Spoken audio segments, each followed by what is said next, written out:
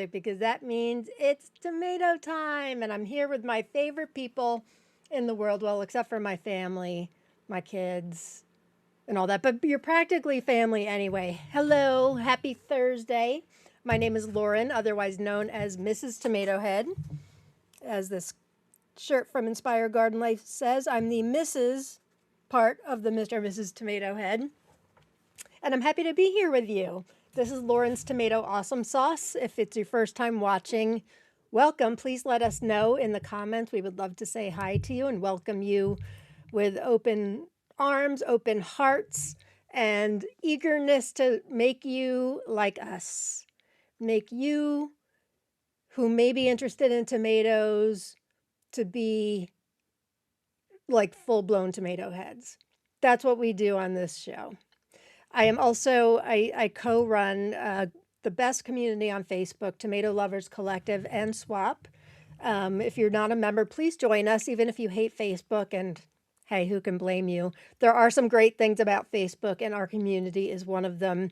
And we appeal and welcome the beginning grower, if it's your first time ever growing, to those of you like me who may have been growing for 30 or more years. So please join us if you are not a member. But we love to convert people. How do we do that exactly? I think it's just pure enthusiasm for tomatoes. It's enthusiasm, it's excitement over new varieties, old varieties. Today I'm talking about just about all older varieties, heirloom, a lot of heirlooms, some landrace varieties, old stuff from Mexico, several from Canada, tomatoes from all over the world. And what I do on this show is I go one by one. Eventually, first I get to comments, but I do eventually talk tomatoes. Go one by one and I show you photos. I share all the information I was able to drum up about that particular tomato, and possibly it may say to you that I think would do well in my garden. So I recommend that you grab a notebook or a piece of paper and a pen and you jot things down. We do in Tomato Lovers Collective and Swap, we have every Saturday, we have something called Seed Seeking Saturday, where you can put up to 5 new varieties each week, or the same ones every week if you don't get them.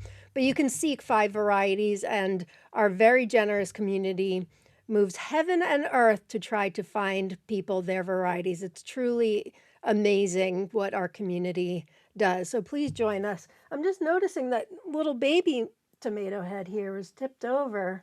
Got to straighten you out, son. There we go. We're all good. Hope everybody's had a great week.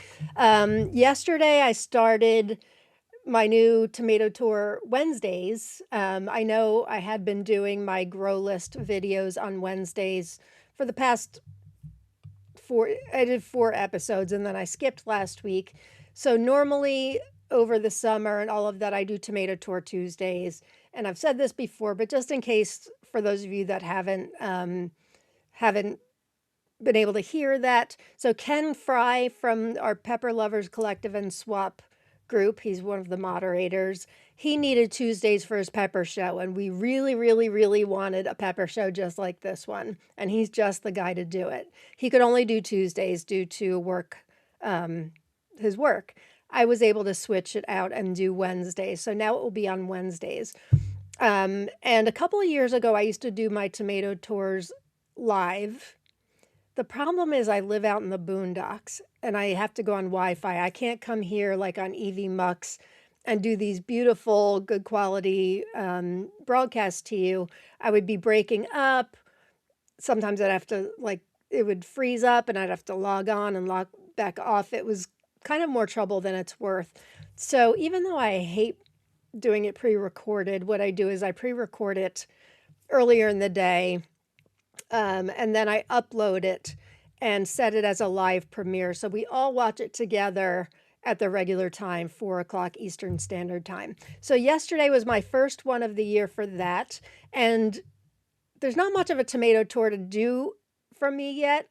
Really, I was showing some of my tomato seedlings that I had started already, some that I had started a while ago. And I was really showing some up potting methods.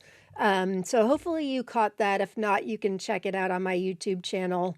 Aired yesterday afternoon. It's getting some traction, and I think, for those of you that may have started too early, and you know who you are, I offer some suggestions and ways that you can you can save the tomato seedling without it dying on you, without it getting stressed and yellowed and all of that. It's not possible for everybody. It really depends on your situation, your grow lights, what the weather's like outside. The past week, five to 6 days here, I'm in zone 7A in western New Jersey. It has been hot, hot, hot today. Right now it's 88 degrees. I've been loving life. Of course, Thursdays I get ready for my show, so I didn't really step foot much outside today, but I was yesterday, and tomorrow's going to be 75. This is Fahrenheit, so for those of you watching from Europe, I apologize. I keep saying I need to get better at knowing Celsius. I'm getting better at the grams, meters thing, but I keep meaning to teach myself the difference between Fahrenheit and Celsius. But whatever it is, it's hot. It's been lovely. Saturday's going to be 72 degrees. Sunday it goes down. We're getting rain, 55 degrees. But then the killer, it's 33 degrees at night. So, which means plants can't stay outside. They've got to come in. I'm still really in the hardening off stage. And this is just of my first batch. I had a second batch that Rob and I started, was it 3 weeks ago? And then we're going to start our not last batch, but probably close to last batch this weekend. So if you're asking yourself, and it depends on where you live, but if you're asking yourself, is it too late to start? Chances are no, it's not. Where I am, and again, I'm zone 7A, so wherever you are, if you're close to that. We were 6B, they've changed us to 7A, I don't know. I think they changed the zoning. I don't know if it's global warming or what. But check it out. Our first frost is normally somewhere around October 15th, give or take. And so I've started seeds as late as the end of May and had tomatoes before. It does depend on the variety, because a late season variety like Angway ES, for example, the tomato, not the breeder, if you're starting the end of May, chances are you'll never get ripe tomatoes from that. But for me, most I get, or it can be under the wire, but yeah, so you are not too late, chances are, but for those of you in, cold climates, and those of you down in Florida and stuff, you're in a whole different ball game, because you've really got two seasons, don't you? You've got spring, and then you've got fall. You can't really do much in the summer, right? Because it's just too hot. So anyway, what else? I do eventually start talking about tomatoes. I hope you're all having a great week too, and the weather's nice. Ooh, what's with the thumbs down? I didn't do a thumbs down. Let's do a thumbs up. There we go. If it's your first time watching, we give away seed prizes at the end of the episode. Today, Olivia Lai has once again given us a seed prize, and then I'm giving away a couple myself. So make sure, in order to win, all you have to do in the comments is type #tomato. You only need to do it once, and then we'll do those giveaways at the end of the show. We've got some great stuff today. Olivia is always so generous.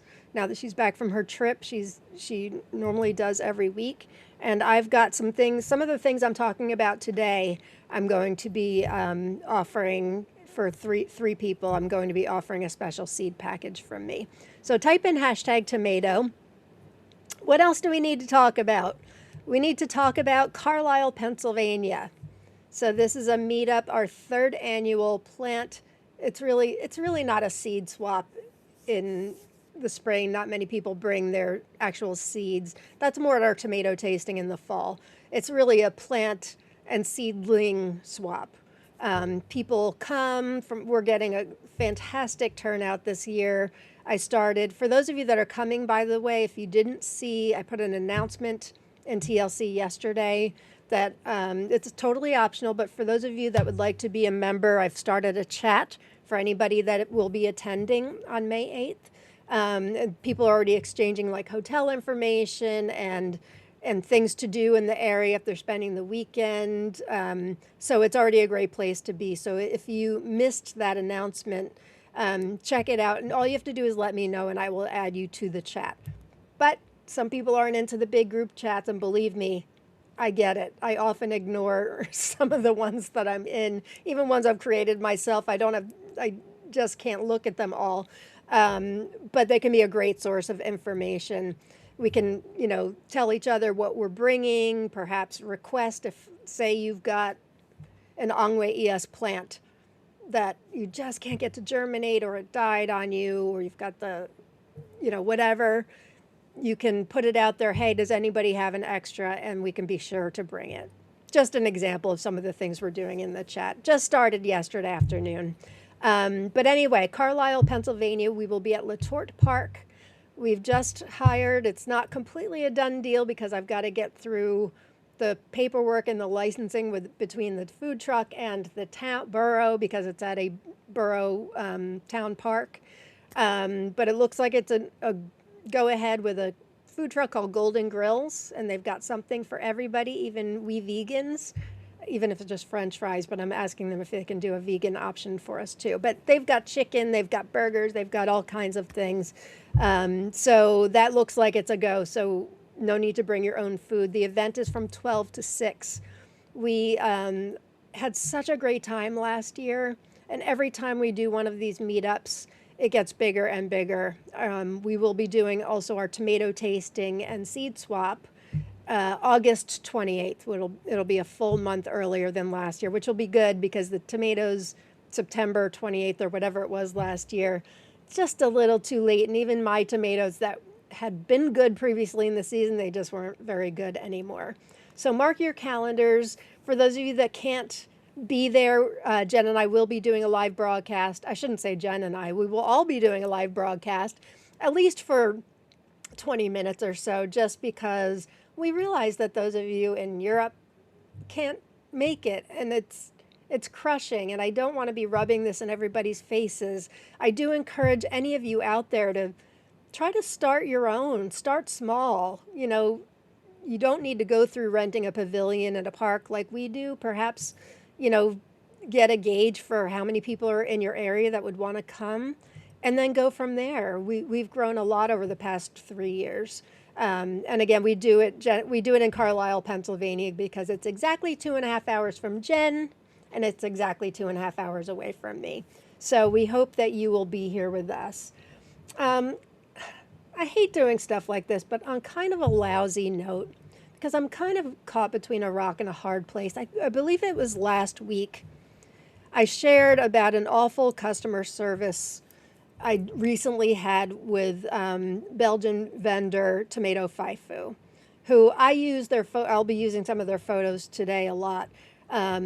They are great for a resource. They've got great photos. They've got resources on tomatoes that are just really hard to find elsewhere. And a couple of years ago, so the original owner got sick several years ago, and he shut down the shop. And then a company called Terra de Cicle, I believe, I don't know if they purchased them, but they came in to kind of help work with him. And I became friendly with the woman who was kind of in charge of it, Fanny, I think her name was. She was so, so nice, and they started releasing new varieties, which I was excited about. And, we posted it, promoted it in the group. It was great. So many of us took advantage of it. Something happened, I don't know what, but they broke apart. So I don't know who's running it now. I don't know if it's the original owner or what, but I shared about a really terrible customer service issue I had with them just a couple of weeks ago. Just incredibly rude. I don't know that it's a man. I think it's a man, but I shouldn't assume, I suppose. I think he did sign his name, and I'm pretty sure it's a man. But he just did not care. Just did not care. And so I'm like, well, I'm never going to order from him again. Now, granted, they don't have a lot for sale. Usually when you look things up from them, it's just a resource and they don't have it in stock. They just don't seem to stock much anymore. But yesterday in Tomato Lovers Collective and Swap, another member, I don't want to say her name since we're a private group and she didn't give me permission, but she posted about an issue she was having. So it took her, she had ordered some seeds from them and it was taking a long time to get them. And she wrote to them asking, saying the seeds haven't gotten here. They made her wait 3 months before they would resend it. 3 months is a long time. But crazier things have happened. They have happened. And so eventually they did resend and they resent it. And now what she has is the completely wrong tomato. And she said that the guy was incredibly rude to her. So I don't say this to try to trash anybody. I say it as somebody who is an influencer of sorts in the tomato community. If there's anybody else you can buy seeds from, and sometimes there's not, sometimes they have that one variety you really want, I would urge you to no longer purchase from them. That's all I have to say. I reached out to her privately and I'm like, she never said who the vendor was in the post. And I reached out and I'm like, this sounds like it could be my vendor. And I reached out and sure enough, it was Tomato Faifu. So I don't know what's going on. I chalked mine up to maybe the guy was having a bad week, but clearly doesn't care about the business at all, or making customers happy. So just a little PSA from me, and I hate doing this, but I will never order from them again. But I'm caught between a rock and a hard place with this job I do on Thursdays and in my tomato research. I need to use them often for tomato research, and they've got great photos and stuff. So I'm grateful for that. And Fanny, I wish you would come back. We missed you. So that's my public service announcement for today. Let's see who is here. We have 100 live viewers already. If you're just joining us, welcome. Make sure to let us know if it's your first time watching. Let us know where you're watching from. And for everybody, even if you watched before, let us know how your season's going. I can't get to all the comments, but I do try to get to as many as I can. I've got 16 tomatoes to talk about today. Last week I was too chatty and I didn't get to all of them. So my first two today were going to be my last two last week. So let's see who we've got here. I do try to say hi to everybody. Hey, Susan. Happy Awesome Sauce Thursday. And we've got Sherman's here. Hey, Sherman. Hello, Lauren and Tomato Heads. We're going to miss you in Carlisle, Sherman. That's for sure. Mayor from Afar is here. Hello.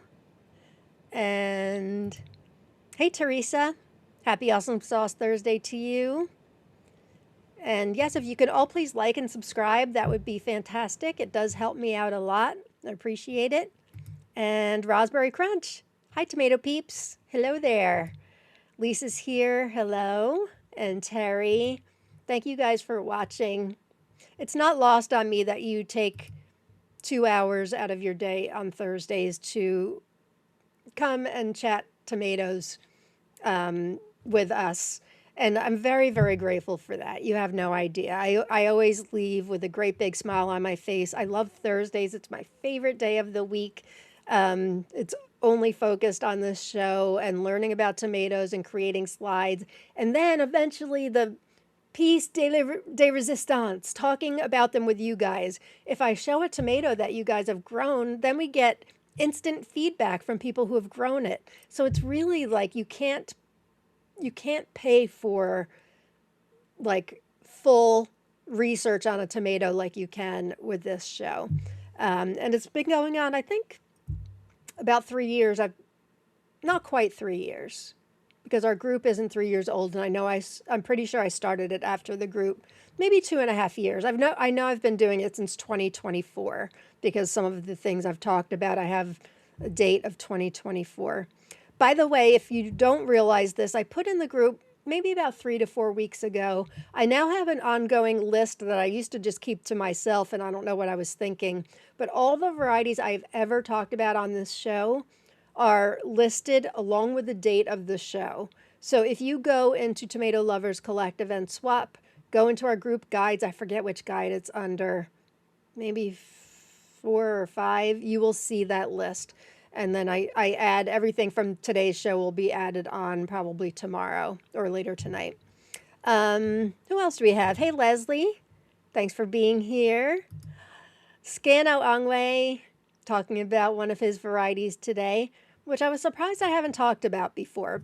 I did talk about it on my Grow List series because I am growing it this year, but surprised I didn't talk about it on my Awesome Sauce Thursday. Hi, Pretty. Pretty's coming to Carlisle all the way from California. You win, Pretty. For those of you coming, make sure, and we'll get, as we get closer, we'll give you more details, but make sure you bring something to bring plants home in. Boxes, like a high-sided box will be good. I don't know, Pretty, I don't know. I think you talked about shipping things back home. But for those of you driving, make sure you bring something to bring plants home in. My goal is to bring all the plants and come home with 0, but I'm pretty sure that's not going to happen. Hey, who got the Target mug? Maybe not this one, but ooh, my tomatoes are already starting to get a little dirty. I think it was outside yesterday. Aren't these the best? Sorry, I don't think people in Europe have Target, so it's like rubbing it in your face. I read somebody in TLC saying that Canada had a Target for a little bit and then they left. So I guess this beautiful little thing, it's a collaboration with Vera Bradley. In fact, this is part of her line too. My purse, my wallet. It's all part of the Tiny Tomatoes series. But my sunglass case has this exact pattern on it with the green. And my laptop, let me go get it.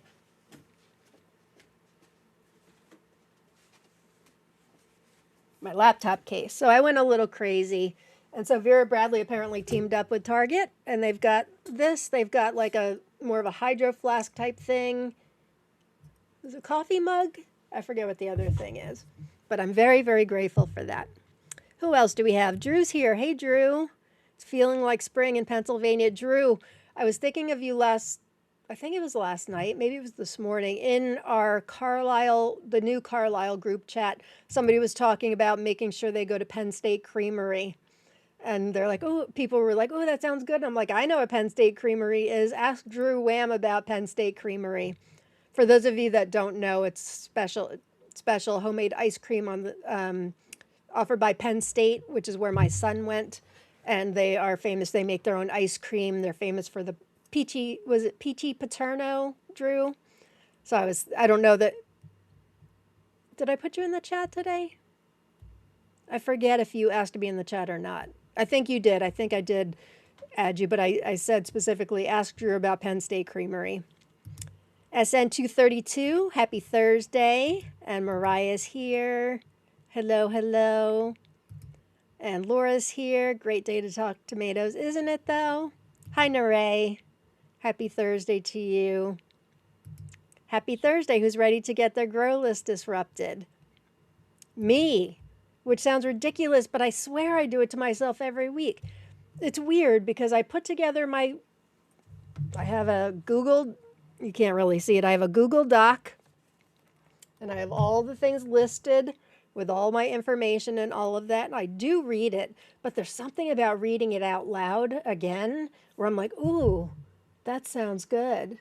And so I disrupt my own grow list. It's insane. Hey, Kim. Happy Thursday to you. Hi, Greg. And Green Apples 8489.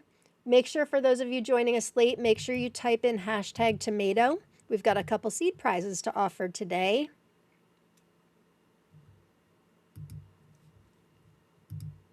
As always.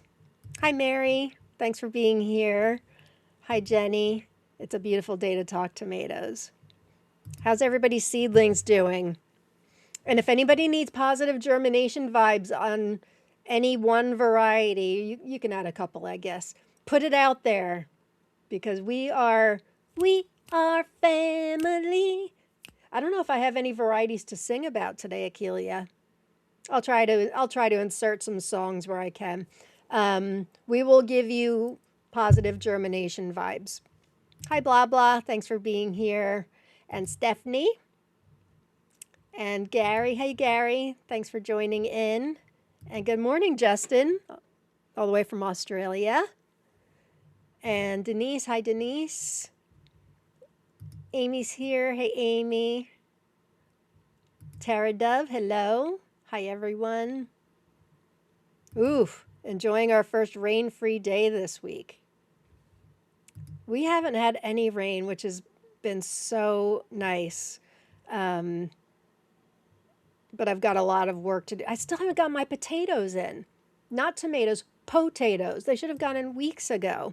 I have to say, though, my Wood Prairie Farm seed potatoes came in. They're a little chitted, but not that much. And I get from them every year. I mean, you can plant non-chitted tomatoes, or potatoes, but still, I've got to get them in tomorrow, hopefully. Hi, Satya. Thanks for joining us. And Tomato Head Tiffany's here. Tomato Head Allison W. The Fiber Fanatic is here. Hello, hello. Lisa's here. Hello, all. Flying from Washington to Pennsylvania for a mom and sister's fun weekend. Planning a trip to see Roarer Seeds in Smoketown. Lauren, you should come. It's not that far from Jersey border. I've never heard of Roarer Seeds, have I? How is that possible? I shall be looking it up after the show. Yeah, I'm like 10 minutes from the border of Pennsylvania. Closest towns to that area would be like Easton's not that far. New Hope isn't that far. Kind of like on the center of New Jersey, West Coast. So yeah, I'm gonna have to look it up. Hi, Darla. Hit that thumbs up button. Yes, thank you, everybody. I appreciate that. Jessica took the day off for my birthday. Happy birthday. So I finally get to watch one of these live. Well, I feel great that you are choosing to spend your birthday with We Tomato Heads. Let's sing, everybody. Happy birthday to you. Happy birthday to you. Happy birthday, dear Jessica. Happy birthday to you, and many more, and an abundant tomato season. Glad you're here, Jessica. Thanks for watching. Hi, Kim. Thanks for tuning in. And Sherva's here. Hi, Sherva. Who else do we have? Mike's in DSM. Happy Thursday to you. Thanks for tuning in. Irene is here. Hello, hello. And Cynthia. Hi, Cynthia. Hello. And Nuno. Hello, everyone. I'm always more excited about Thursday arriving than the weekend. Family reunion time. How fun. How fun. Nothing in the mail today, Nuno. Probably tomorrow. But I am very, very excited. Hey, Jess. She was a birthday girl just yesterday. Happy birthday to you too, Jess. I think it was yesterday. Maybe it was the day before. Time flies. Bridge123. Hi, Lauren and everybody. So glad I could make another live. Me too. Me too. Thanks for joining us. Hi, June. Gosh, we're at 112 live viewers already. Thanks, everybody, for joining in. If you can do a thumbs up, that would help me out a lot. If you're watching on Instagram, I'm sorry. I know I repeat myself, you guys. So for those of you that watch every week, you must get bored of the things I repeat. But not everybody gets to watch me every week or wants to watch me every week. But if you're watching on Instagram, you can see me, but I can't see you. This platform that I use doesn't register any comments or which means it also can't register a hashtag tomato to win a prize. So if you'd like to be part of the conversation, that's where the fun is. And if you'd like to win a CD prize, come on over to my YouTube channel, which is Mr. and Mrs. Tomato Head. You can also subscribe, or what do they say on Instagram? Follow me. Yes, follow me on Instagram at Mr. and Mrs. Tomato Head. And you can find some reviews. I haven't done one on a dog's age. Not enough hours in the day. I promised a blog post to Jeff Rainmaker like 2 weeks ago, and haven't done it. Topic changed a little bit, but I'll be working on it. Hi, Samantha. Happy Thursday to you. And Eric is here. Hey, here's my buddy. Hey, Jen. Hello, my amazing friend Lauren. I love you, and I'm excited to be listening to your beautiful voice. Well, thank you, my friend. Are you guys all watching Jen's show? She did her last one on Friday. She's got, ignore the date, but every other Friday she's got a new show. Very similar to this, same format, but it's on, not tomatoes, it's on all other things gardening. Jen Joy's Gardening Grow List. You can check her out on the Jen Joy YouTube channel. And it's a lot of fun. If you subscribe to Jen, you know what she's like. If you don't subscribe to Jen, you should. And make sure you subscribe to Ken from Forgotten Heirlooms too. His show is on Tuesdays normally, and his YouTube channel is Forgotten Heirlooms. So if you want a pepper show with this format, that's a good show. So you've got me on Wednesdays, Thursdays, Ken on Tuesdays, Jen on Fridays. So always something to do when you're up potting, starting seeds, or just hanging around. All right, where was I? Back to taking comments. Roxanne, hi Roxanne. And Kelly, hi Kelly. Excited for the show today, Lauren. I'm excited too. I have, as always, some exciting varieties to share. Went down a little bit of a rabbit hole again, but the rabbit holes I go down, I think you guys enjoy too. It's 90 degrees outside. I'm still going on and off with my heater. Rob had turned on the air conditioning, so, and I'm down here in my office slash grow area, grow room slash studio slash basement. So I'm still in the basement. It's a little chilly down here sometimes. Maritime Tropical, hello. Hello to you. And Ann, hi there. Thanks for watching, you guys. Getting a lot of hashtag tomatoes. Hey, Brandy. It feels like forever since I've caught a live, but I always watch on YouTube. So proud and happy to see your success and growth, Lauren. Tomato love deserves to be shared. Thank you, Brandy. That means a lot. I appreciate it. A lot. Those words of encouragement from all of you guys mean more to me than you know. I never could have envisioned not only the group, like Kina, Jen, and I talk about this all the time, like Tomato Lovers Collective and Swap was started as a knee-jerk reaction to a group that was run by a very narcissistic and evil guy, and realizing that you couldn't talk about vendors, you couldn't list links, it just wasn't a very happy place. And then, but the straw that broke the camel's back was he was mean to a friend of mine in a ridiculous way. So I started the group. I've said this a million times, but in case, for those of you that don't know, Kina came on within 24 hours. Jen was definitely within the week, like I think a couple days. She was a moderator of that other group, so she was very brave. That didn't last long. But we never could have imagined that the community would be as beautiful as it is. It truly is just a place of, it's like a safe sanctuary. It's fun. We learn from each other.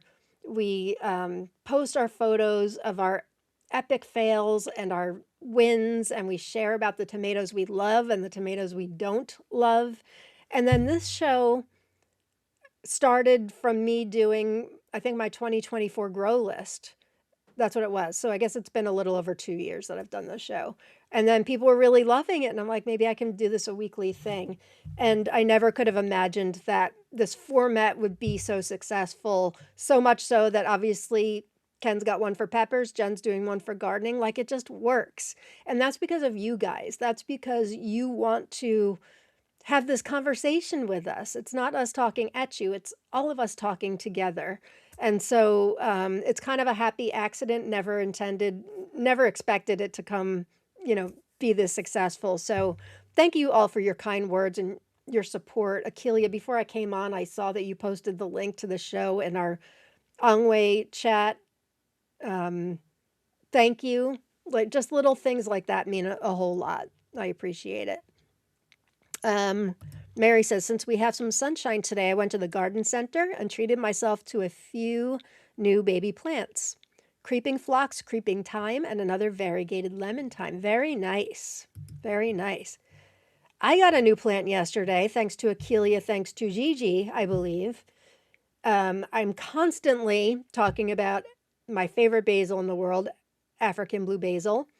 And I guess some of you may have been talking about it in the comments a week or two ago. I didn't see it. So Akelia and I were chatting the other day, and she's like, yeah, that I got that variegated African blue basil. And I'm like, stop the presses. What?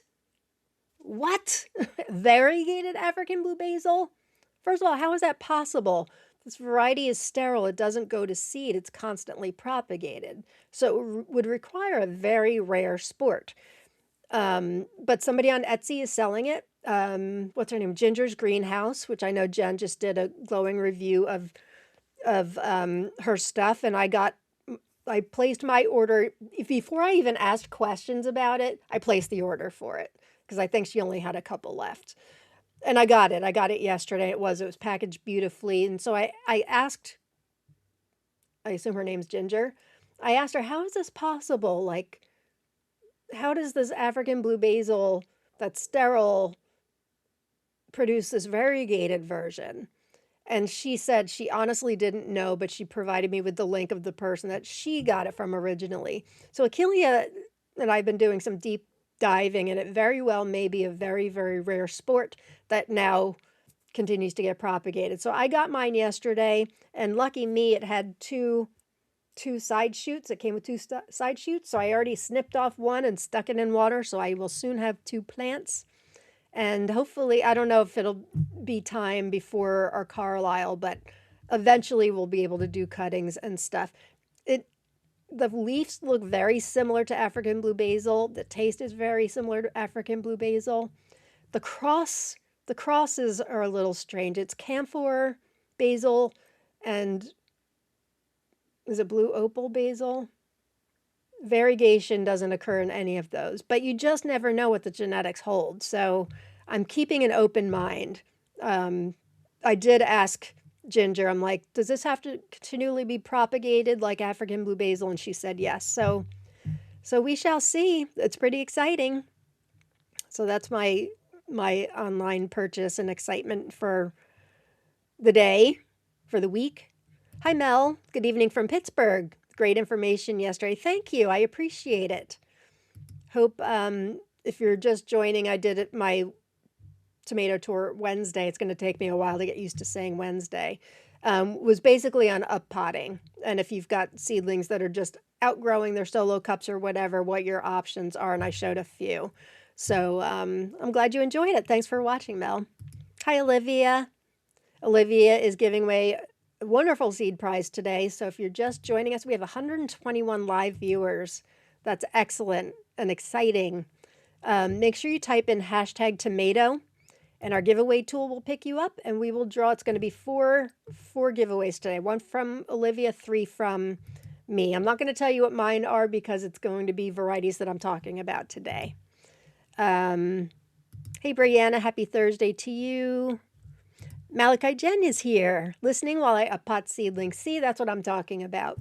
That's what I'm talking about. These shows, while they go long, because I really can't stop talking about tomatoes because I just love them so much and I get excited to talk with you all. I don't want to skip over your comments saying hi. That's what makes, I think, the shows fun and special. I want you to feel as much a part of things as I am. It is our show.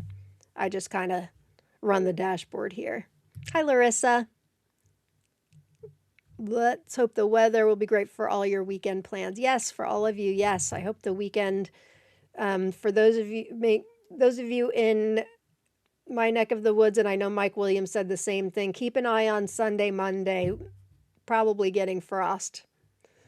All right. Who have I missed? Hi, Tanya. Thanks for being here. Hi, Erin. Thanks for joining in. And Rowena's here. Hello. We've got Chantel and Yvette from France. Hi, Yvette. Laura says, I'd love to know if there are any more TLC folks in my area. You know, feel free to put posts in the group, you guys, if you want to say, hey, anybody else in the Atlanta area or whatever. I'm just saying Atlanta. Feel free to do that. That's okay with me. If it means more meetups all over the world, I know Kina, Jen, and I are totally game with that because not everybody can come to Carlisle as much as we want that to happen. We do hope for both our spring plant swap and mainly our tomato tasting in the fall. We do hope for it to be a big tomato festival eventually, and it's really starting to go that way. I swear we at least double our attendance every time. Which wasn't tough to do on the first one, right, Jen? Because we only had one person. We didn't announce it until like 3 days before. But last year, the spring, and then we probably doubled in the fall, probably at least doubling that for May 8th. And our tomato tasting in the fall, I know, is going to be wildly popular. Casey, backyard garden guy, better late than never. Have no fear, my friend. I have not talked about a single tomato yet. And I'm still a half an hour behind in our comments. Hey, Jesse. Thanks for joining in. Haley, I'm finally, the first one today is the one I thought about for you for last week. Well, I thought of you because you're the one that gave me the seeds for it, plus it's white. Spoiler alert. All right, who else do we have?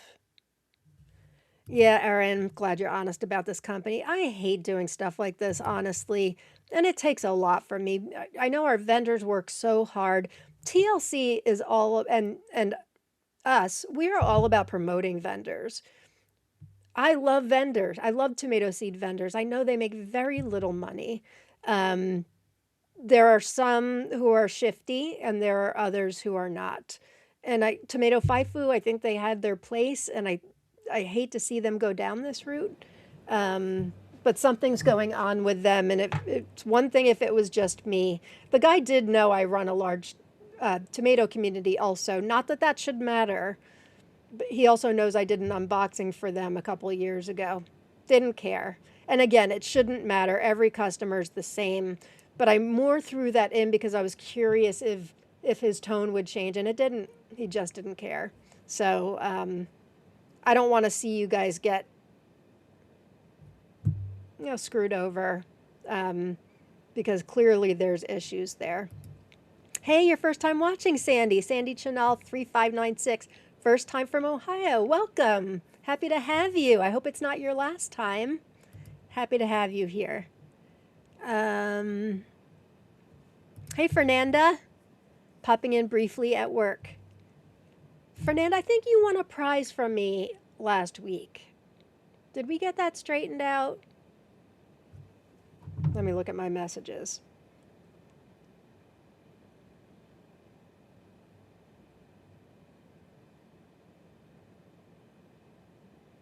Yes, we did. Sorry, my bad. You messaged me right away, and it wasn't from last week's show. It was from Fresh Tomato Day that went out, or hasn't gone out yet, but it should be going out soon. Congratulations.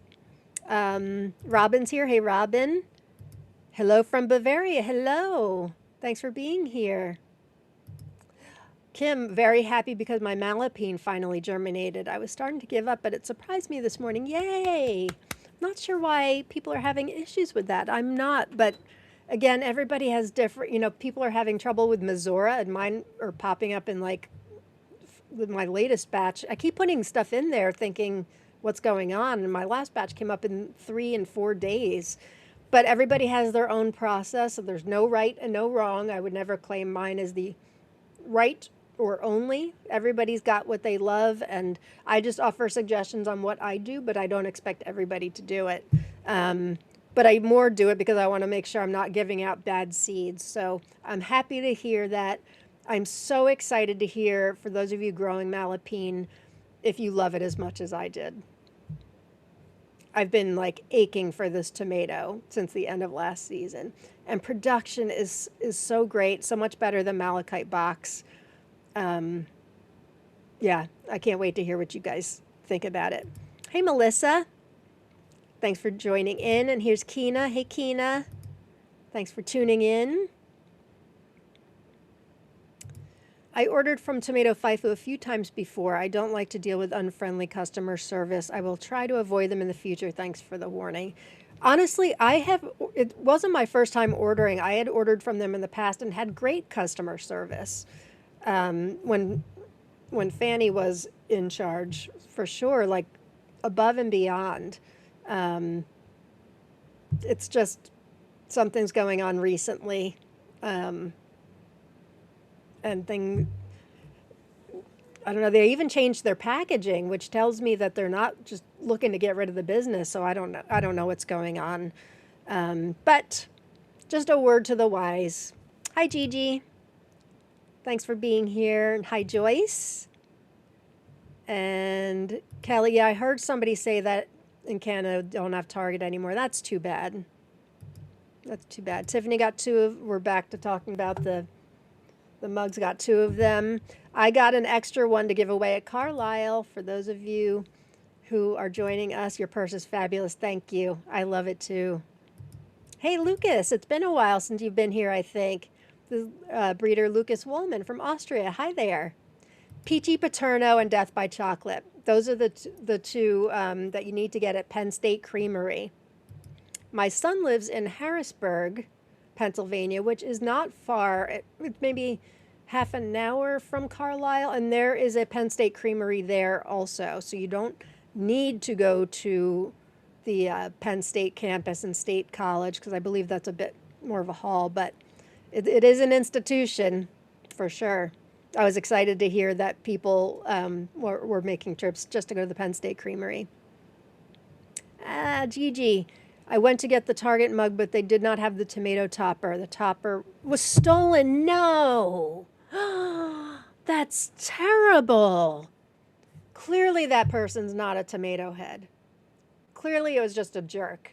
Because no tomato head I know would ever steal just the tomato part. First of all, you'd want the entire mug, right? You're not taking just the tomato topper. That's awful. Second of all, we are very good and upstanding citizens. That's terrible. Check Target online. I bought my first one I got delivered from my local Target, but the second one I ordered online. So you can get them from there. At least you could as of a couple days ago. All right, positive germination vibes. We need for Nano's Meatball or Blushing Bride. Sending positive germination vibes. Nano's Meatball can be a bit of a drama queen. Haven't really had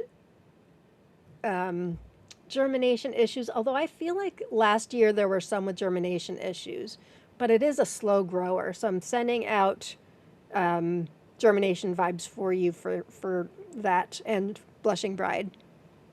Gary just started your seeds this Monday. Way to go for waiting. Good job. Levy Angel just got here trying to catch up on 2 times speed. I bet you're caught up already because this comment's from 20 minutes ago. Peter, first half of spring so far. Past 6 weeks has been pretty warm. Then as soon as I go to plant out, we have a colder spell coming now next week. Unsure whether to gamble on planting stuff outside. It's a gamble. It is a gamble. Is it impossible for you to bring things in at night at this point? Darla needs positive germination vibes for dwarf strawberry lemonade. Haven't grown that one. I hear it's a really good one.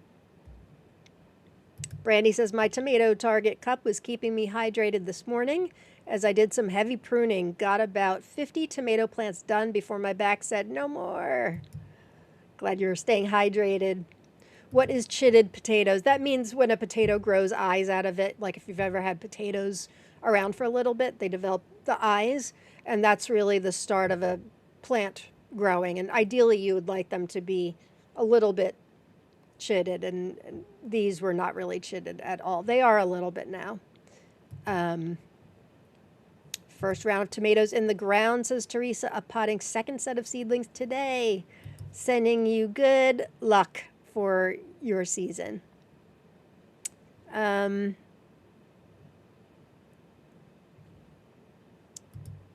have not grown Rebel Starfighter Bravado, no.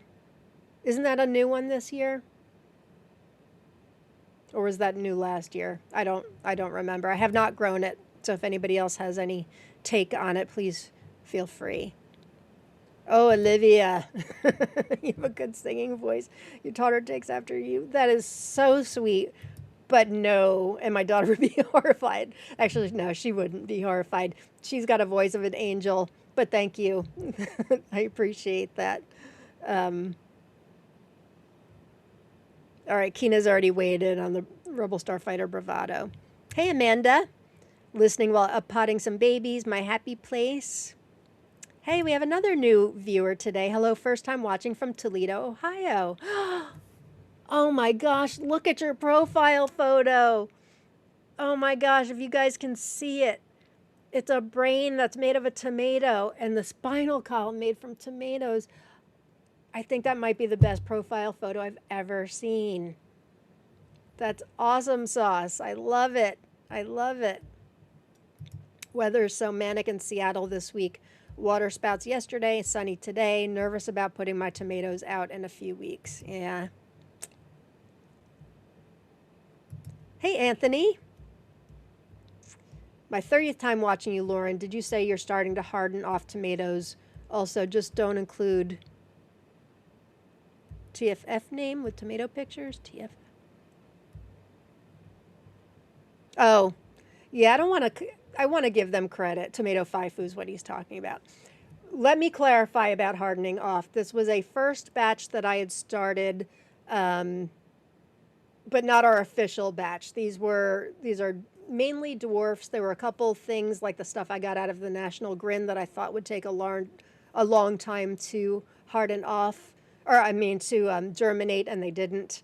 But no, have no fear. My regular batch 1, 2, and 3 are not hardening off yet. They are still indoors. This was just a lot more tomatoes and a lot of peppers.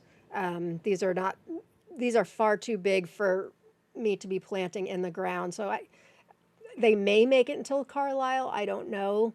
But there was another reason why I planted some of them that I remembered after my show yesterday, or my recording, and I can't remember what it was. Things I thought wouldn't germinate. Things I grew because people said they were having trouble with it, like Angwe ES. Things I wanted to make sure, like Angwe ES had potato leaves, and all of mine were. So these are things that I really could have just culled and got rid of. So no, I'm not hardening off my regular seasoned tomatoes yet. I did wait, sort of. Jamie, that's right. I was a mod for his one group also. Yeah, I'm glad you're out of that business.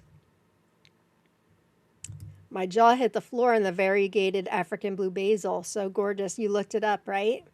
At first I'm like, so they're taking the popularity of the African blue basil, they're throwing variegated on it and just cashing in on it. But now I'm not so sure. Now that I've actually seen it, the leaves, and I should have brought it down here.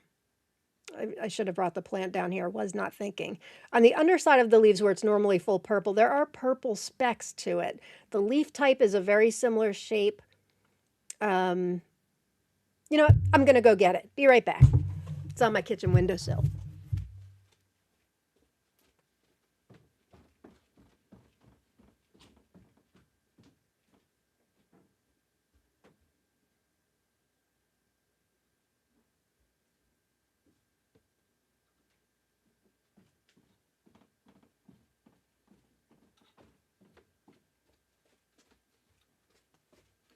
Okay, so it doesn't look like much anymore because it had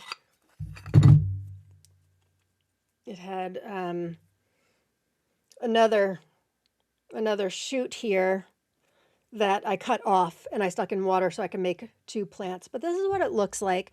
Not much now. It's like obviously a light green. You see a little bit of variegation on it. Well, I don't know if this will focus in on it or not. But the underside of the leaves, if I can show it, Come on. See, it's got purple speckles. So I was skeptical. Oh no, soil on keyboard. Oh no. Get out of, am I still here? Oh shoot.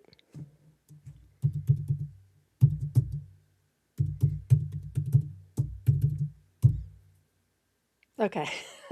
Like my computer logged me off and everything. Oh, there's soil all over the place. All right. I'm a hot mess. That's okay. So I will get back to you guys on that, but where I was skeptical at first, now I'm not so sure. I do intend to dive even further into where these came from, and I will get back to you guys. Can you tell me what African basil tastes like? Is it stronger than Genovese? It's not quite as sweet, but it tastes really good. I just had a leaf here that fell off. Tastes really good, and the taste is similar too to the regular. So it's a great culinary basil as far as I'm concerned. But the best part about it, besides its sheer beauty and the sheer size of this thing, they become massive bush. Well, the original becomes a massive bush. We'll see what this one becomes. They attract pollen. They have these pink flowers that are so beautiful, and it attracts more pollinators than any plant I have ever seen in my life. Great for what? Tomatoes, right? Tomatoes. So that's why I love it so much. All right, I better get a move on. It's an hour and we haven't talked tomatoes yet. Irene just got her African blue basil today. Plants look healthy and beautiful, and I love the smell. Isn't it nice? They do put out a whole lot of suckers, so you'll be able to propagate and keep creating more and more plants. I'm still working off of my one original plant that I got from Etsy 2 years ago, and I've taken cuttings and I give away cuttings, and it's a lot of fun. I keep it going all winter long. Hey Dana, nice to see you. All right, let's talk tomatoes, shall we? All right, here's the first one. This is the one that Haley gave me a while back. This is a variety called Swan from Russia. Croatian Seed Store says it is a mid-season variety, indeterminate regular leaf plant. Fruits are medium-sized, beefsteak type, slightly ribbed, pale yellow color, with a beautiful pink blush on its apical end when fully ripe. I love that. I don't know if you guys can see. Let me try expanding the picture. And if anybody's grown this, please let us know. That's part of what this show is about, is we want to hear from you guys how it tasted. I think the photo on the left is from Croatian Seed Store. The photo on the right is from Tomatenflüsterer from Austria. Tomatenflüsterer says, productive plants laden with beautiful ivory-colored fruit. As with many white varieties, the tips of the tomatoes turn slightly pink when fully ripe. They weigh 150 to 300 grams, and the firm flesh has a mild, sweet flavor with no acidity. This makes it an ideal variety for people who are sensitive to acidity, and of course for children to enjoy as a snack. Similar to Angwe ES. Can't possibly be as good as Angwe ES, just saying. It might be. Haley, I know you shared the seeds with me. Did you grow this, or did you just get seeds for it? I'm thinking you may have grown it, and if so, I'd love to hear what you thought about it. All right, I'm going to skip.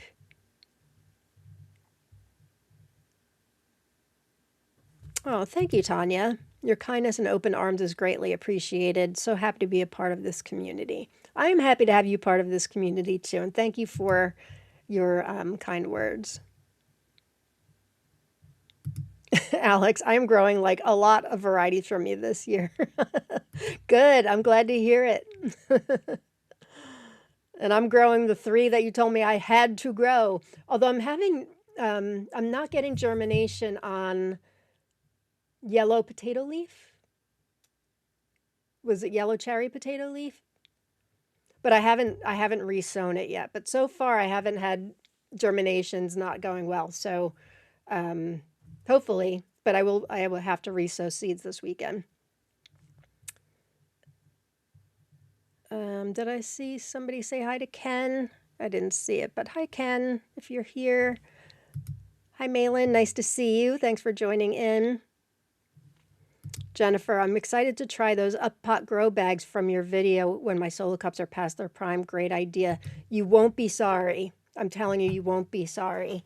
The downfalls is it takes, it starts requiring a lot more soil, but it buys you time and it boosts your roots. It makes them crazy healthy. Wait until you see if they get big enough, and hopefully they don't, but if they get big enough where you've added all the way to the top and the grow bag is expanded all 13.7 inches, wait until you see this root system. It's great. I mean, it's like this, it'll be this big. It's great.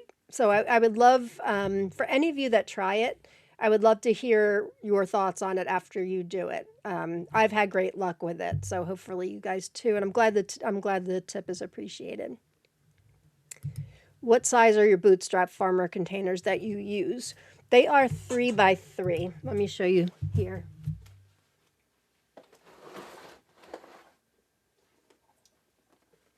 I mean, I use a lot of bootstrap containers. I have all the sizes because I just do my micros. I start in the 2 by 2. Let me get rid of this for a minute. These came out, this is my 3rd season, I think, with them. 3.3 by 3.3. And this is a Bootstrap Farmer 1020 tray. And they come with these great inserts. The best part, and I used to love solo cups and I still do, anything we're giving away, we put in solo cups. But you can fit 18 pots in a 1020 tray. Solo cups, 14 tops. Maybe you can squeeze in a 15, but then they get really top heavy. So maximizes space. For those of you that it's your first time watching me, they may look a little strange. I start my seeds in soil. These are drippy. Halfway down, and then I separate and continually add soil up the stem. It's kind of a method that I do. But yeah, these are the 3.3 by 3.3 inch cups. And I did do an experiment when they came out because I was super excited as far as the volume of this versus a solo cup, and it was exactly the same, like exactly the same. So they are an investment, but honestly, we just don't have a place to keep them. I keep this stuff outside all winter long. They get a little faded, but I mean, they're solid. For those of you not in the United States, I don't know if you have anything comparable, but I'm a big, big fan of Bootstrap Farmer.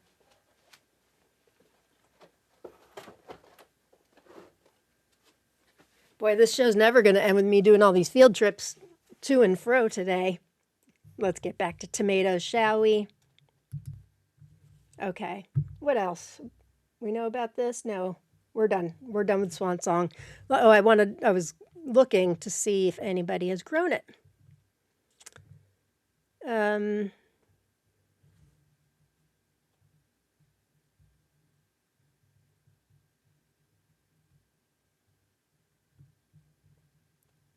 Yvette grew Swan Song last year, but it was not true. It was a yellow rib tomato with wonderful fruity flavor. I try again this year. Hope it goes well for you. Oh, Kina tried it in 2024, but never got any fruits from it. Bummer. Kim, I grew Swan Song last year. They weren't as big as they were reported to be. Probably tennis ball size, but nice variety. Jamie, I love Swan Song. Grew last year, and she was productive. Hi, Zoya. Thanks for tuning in.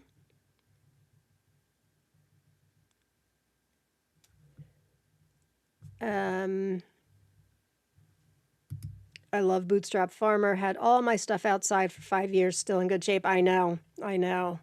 Good stuff.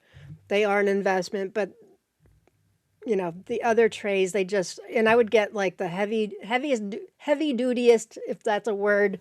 I know it's not, size, and they would still crack, and I beat mine up, and I want to use them for years and years and years. Plus, they're pretty colors. I just got the 1020 trays. I got them in pink. I didn't even need any more 1020 trays. I'm a lunatic. but I decided to get a couple pink ones. Love those, great quality.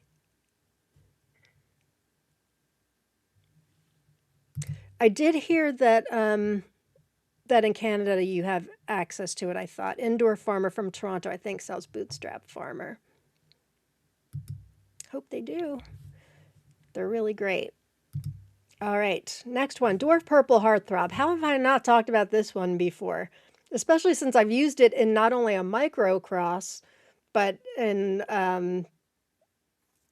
I crossed it 2 years ago with Malachite Box to make, now I'm growing out 2 dwarfs and 2 indeterminates from this cross. How have I never talked about it on the show? I do not know. Dwarf Purple Heartthrob is a variety from the Dwarf Tomato Project. Has a lot of people that were involved in it. It's part of from the Hardy family. Primary development work was carried out by Vince Laval, Bill Yoder, and Craig LaHoulier. And it was named by Bill and Craig. Now, Bill Yoder took it a step further. He, because the Dwarf Purple Heartthrob, he was noticing still cracked a bit. So he continued on with the stabilization process, and he released it under the name Purple Rain. So Purple Rain and Dwarf Purple Heartthrob are essentially the same exact tomato, but Purple Rain is more, Purple Rain is less prone to cracking. So he didn't do any other selection work other than that. So in case any of you were wondering, that's the difference.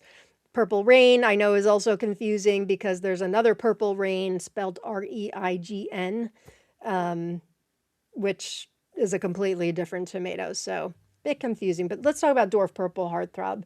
We loved it. Gave it an 8.5 out of 10, 5.6 bricks. It was really billed to me to be like the most extraordinary tasting tomato. So I had high hopes for it. I went in with high hopes, and I have to say it didn't quite live up to my expectations, but I mean, 8.5 out of 10 is a great review from us. I wrote, taste was excellent, but not extraordinary enough to bring it up to a 9 out of 10. Used it in a few of my crosses, grew 2 plants in 7-gallon grow bags, was pretty prolific. My son grew it in a grow bag too, and it wasn't as prolific for him. Gorgeous deep red with green metallic stripes.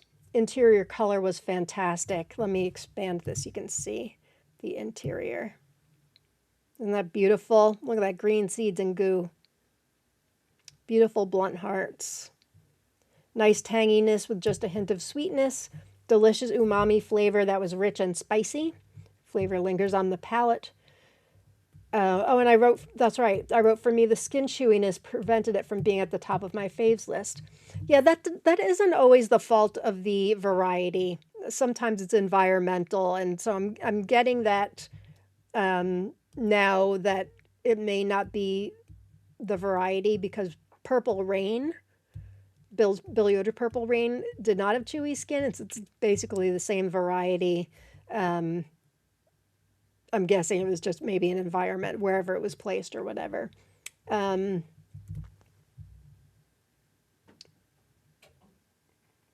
Yeah, that's it. That's it. And I know many of you have grown Dwarf Purple Heartthrob. What did you think? Yvette, very surprising strong flavor on Purple Heartthrob. I agree. Mike's growing it this year. Sathya says it's one of her all-time favorites. So yummy with lots of green goo. I love that green goo. Hi, Rach, just Rach. Thanks for joining in. Tanya's growing it this year. First time I could say that. That's good. That's good. I have Purple Rain to grow later in the season. Very nice. And Rach is potting up my Purple Rain in a few days. I can't wait. It's a great one. It's a great one. Denise says, I grew Purple Heartthrob last year and it cracked terribly. I didn't get many fruits either. Looking forward to growing Purple Rain this year. Yeah, I think you will find, I grew them both in the same year, Purple Rain and Dwarf Purple Heartthrob, and I definitely liked overall Purple Rain better for production and for the cracking part. Hey Heidi, I love Purple Heartthrob. Hello, my friend. Nice to see you. Irene says, man, that cross section is gorgeous, isn't it, though? I mean, can't you? You can taste it, right? Taste it. Look at that. Ugh. Won't be long, guys. Well, a couple months, but it won't be long. Tomato dreaming. Tomato dreaming. We'll be there sooner than later. The winter is over. We're on the upswing to summer. Great flavor and productive. JT Shuang, we can order Bootstrap Farmer 32 cell seedling starter trays in Amazon UK, but the postage is over 90 sterling pounds. We have a good seed tray company called ContainerWise, but they don't have many choices. That's too bad. You would certainly think that there would be companies in Europe and beyond that, you know, would recognize the need for really, really sturdy pots and trays, especially those 10, 20 trays. They just get beat up and beat up and beat up. And like I said, I keep mine out all winter long under, they're not even covered. I'm not proud to admit this, but they're not even covered. They're just out there, snow and all. They're stacked up neatly and they look nice, but they are outside in the snow and all. And other than the colors fading a little bit, they are good, worth the investment. And it did take me a while, you know, I still, clearly I'm still buying. I had to have those pink 1020 trays. So yummy, one of my last plants standing last year.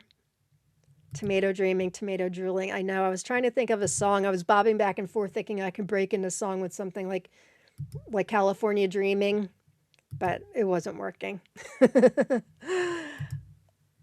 I love Purple Heartthrob too. Definitely one of my faves last summer.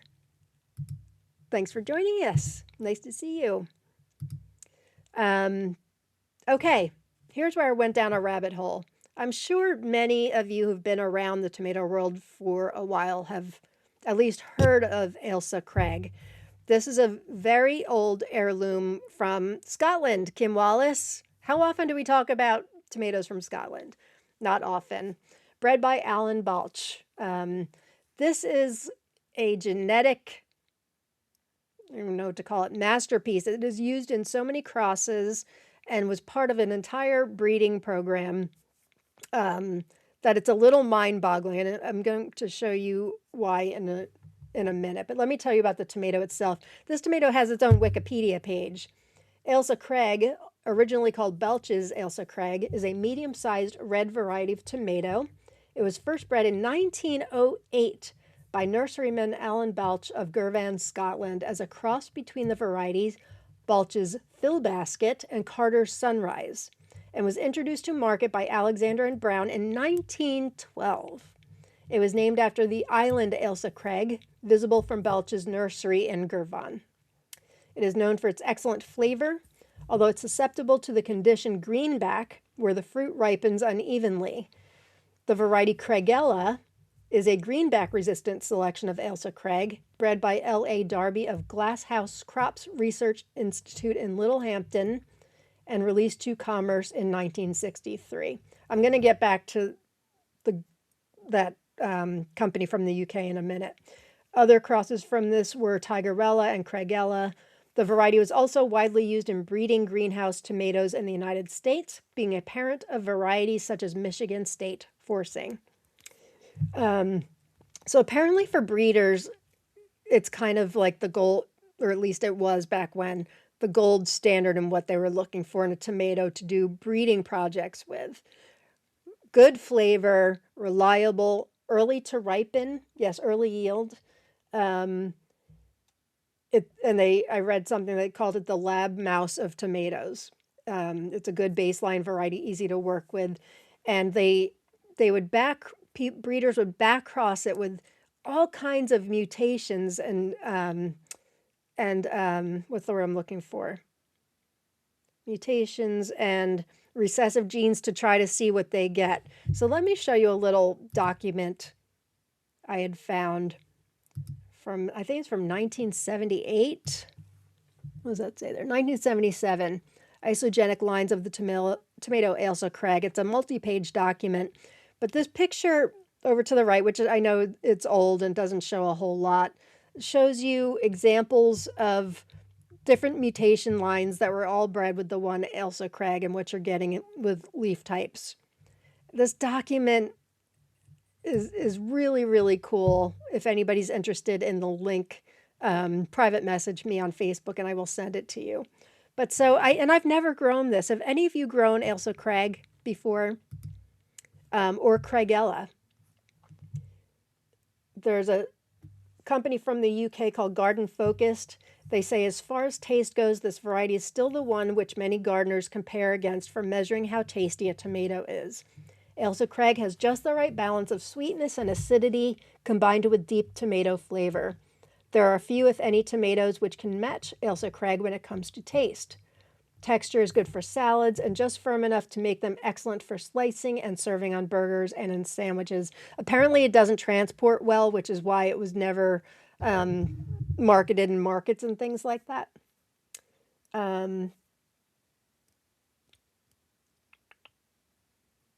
What else? Reasonably vigorous grower, if left to its own devices, can grow rather tall. And it was donated to the USDA National Grin in 1960.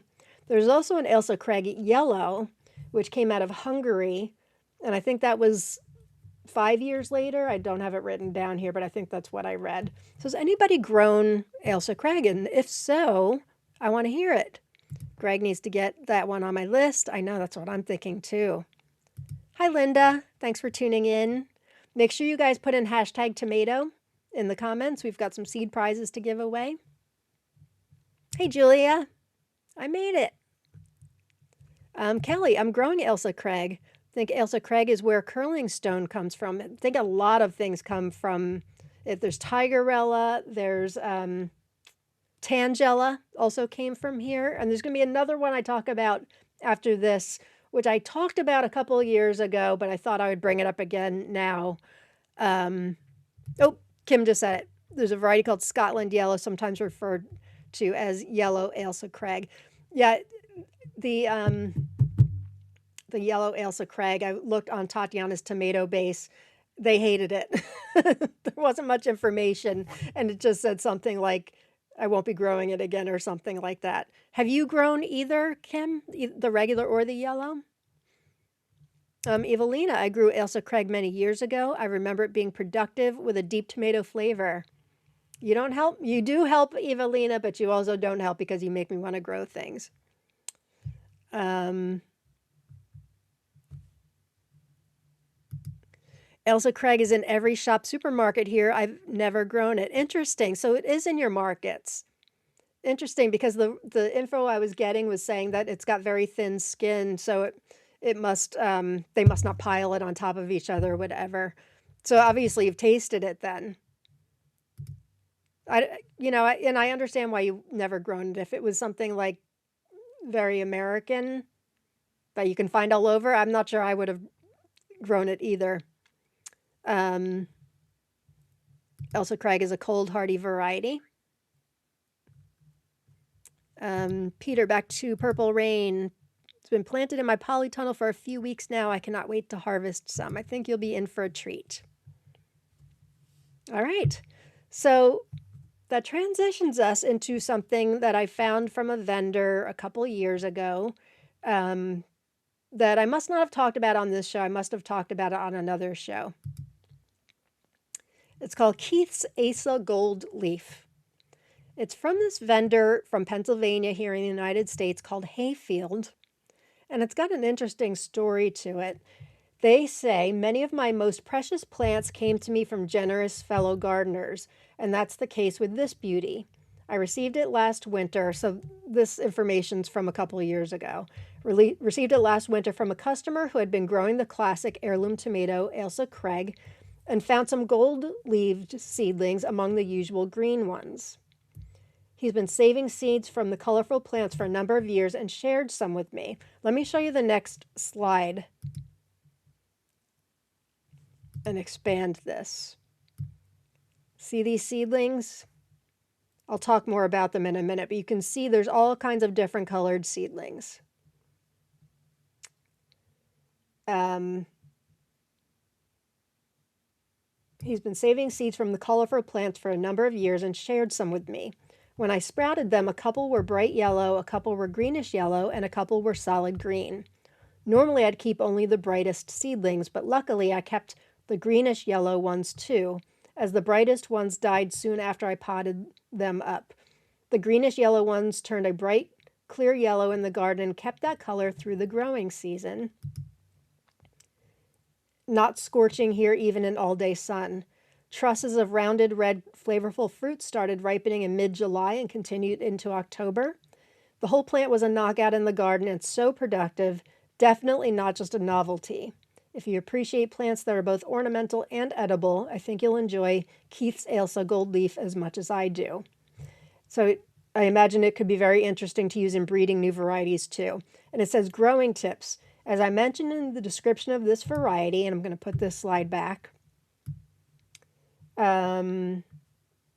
seedlings will vary in color. Figure that about a third of the seedlings will be a very bright yellow. And you can see, I don't know if you can see it, depending on the device you're watching on, bright yellow, and he writes here, will likely die. You can try keeping them, but mine have always died.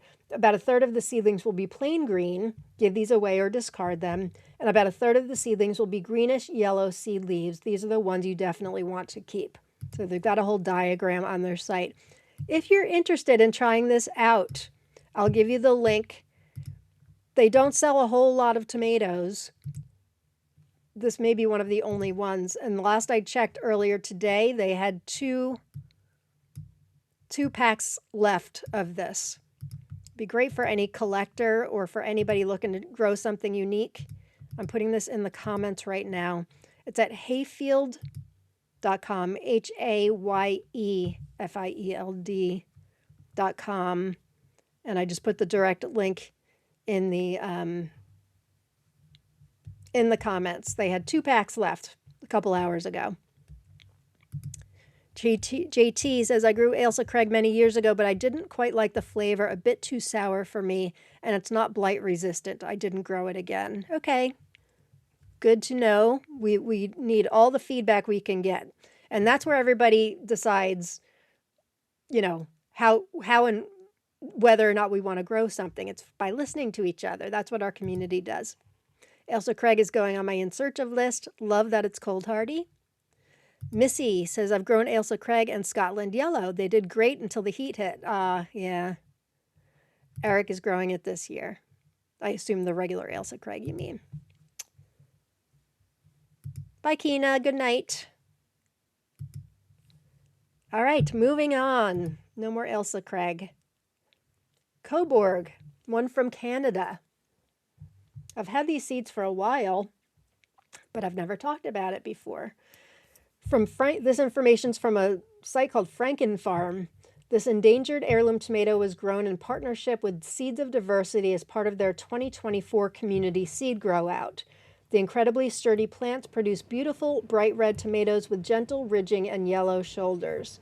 Tomatoes hang and ripen nicely on the plant with some variation to produce well-balanced clusters of ripening tomatoes. Be a part of history by growing this rare and endangered tomato. This tomato is semi-determinate, will do best if staked and pruned to 2 to 3 liters. Tatiana's tomato base says, indeterminate regular leaf, round, slightly lobed red-pink fruits, about 2 to 3 ounces each, with some yellow shoulders when fruits are exposed to direct sun. The shoulders disappear when the fruit is fully ripe. Good producer, excellent sharp taste, nice acidic sweet balance, a great small tomato with big taste. It's a Canadian heirloom, and it was first introduced to the Seed Savers 1986 yearbook and donated to the USDA GRIN in 1960. So there you go. Has anybody grown Coborg? Good night, Kim. Oh, can you, Rowena? I assumed others would be selling it. I wasn't sure how long it would take. I can get them locally. Interesting. Seems like it was a finding from Hayfield, but obviously it only takes one person to get seeds and grow it, and then they sell it also. That's good to know. Cool. Quincy, Hayfield is fantastic. He sends many more seeds than what is listed of almost everything. Highly recommend. Yeah, I bought seeds for this when I came upon it back in 2024. I'm not sure if I got anything else from him or not, but I was quite happy with what I get. I haven't grown it, obviously. I'm not even sure if I've opened the pack to see how many seeds there were in there. But he's got an interesting website. Definitely a lot of interesting seeds. Kelly says, Coborg, Ontario is about 2 hours from me. Very nice. Very nice. I'm featuring a couple Canadian ones today. All right, next one. Filipino number 2. This one has a bit of controversy to it because there's 2 varieties that sound exactly or very similar. There's Filipino number 2, and then there's Philippine number 2. Am I right about that? Yes. Filipino number 2 and Philippine number 2. This one comes Filipino number 2. Common Sense Seeds, which I've talked about before. Well, I did an unboxing for them last year. But I think it was last week, maybe the week before also. They have just restarted shipping to the United States. I can confirm because I placed another order today that they are in fact now shipping again to the United States. And they are well known for having landrace varieties, stuff that is great for drought tolerant, all kinds of really, really interesting stuff with carotene genes, like really interesting stuff with great stories. They've got great photos, and they sell a lot of things that are really, really hard to find elsewhere. Filipino number 2 is one of those things. And I'll tell you about the other one also, but let's talk about Filipino number 2 first. This is from, let me give you the banner for Common Sense Seeds, by the way. I think I put it up here. Yes, it's Common Sense Seeds. They are in Canada, so it's commonsenseseeds.ca. Check out their website. You will fall in love. I featured a couple of their things. I forget if it was last week or the week before. I think it may have been last week, and I'm featuring a few more today. Nice people. Take great pride in their business. Filipino number 2. This humble wild type tomato from the Philippines. It's an honorary ancient landrace tomato there. Impressed us with its huge production and low maintenance. And if late blight is a problem for you, it is reported to have resistance to late blight. Plants are only 3 to 4 feet tall. From mid-season onwards, you will have lots of small, red, mostly scalloped fruit, but also some fruits that are rounder in shape. Its irregular shape speaks to its more wild, less cultivated ancestry. Filipino number 2 has good flavor, more on the tart side, with a bit of sweetness. It was collected in the Philippines and then donated to the USDA, our national grin, in 1961. In the USDA records, Filipino number 2 is described as follows. Plant vigorous, indeterminate, fruit 2 by 3 inches, flat-lobed, rough, scalloped, ribbed, sets fruit in humid, rainy climate, has resistance to late blight. Our seed comes from the Donald Branscombe Tomato Collection via Seed Savers Exchange. And then here's where the controversy and mistaken identity comes in. There's another tomato called Philippine number 2, and that's spelled with a PH as in Philippines, how they spell it. So this is Filipino number 1 spelled with an F. Philippine number 2 is with a PH. Although both come from the Philippines, they are different tomatoes. Philippine number 2 is more of a breeder's tomato. You don't really find pictures of it anywhere. It's you don't find it listed from vendors, at least none that I have seen. What else does it say? Both come from the Philippines.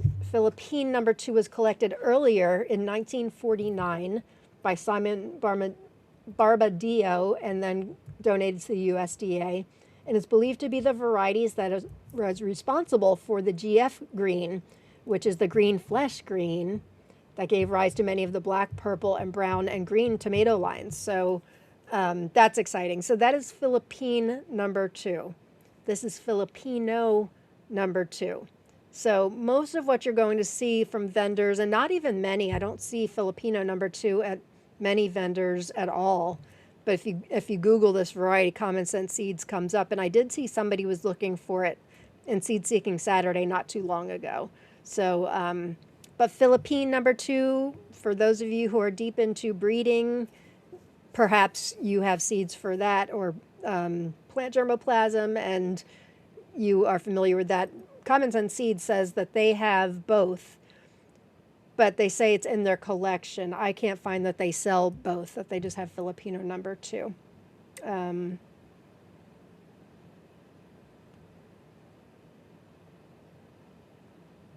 All right. Anybody grown Filipino #2? Hey, Leslie, I am late. That's okay. I am chatty. So we haven't talked about that many tomatoes yet. Samantha, I totally agree. Customer service from Common Sense Seeds has been absolutely amazing. Great quality, fast shipping. The owner, Tanya, is a lovely person. Yes, absolutely. And while I hate to be Debbie Downer and trash on any vendor like I did with Tomato Faifu at the beginning of the episode, I more love to talk about the good ones. And most of them are very, very good. An M.I. Gardner or a Tomato Faifu, where their customer service has turned poor. They used to be good. Not M.I. Gardner, but Tomato Faifu used to be good. And while I could never put this stuff in the group, in Tomato Lovers Collective and Swap, because we are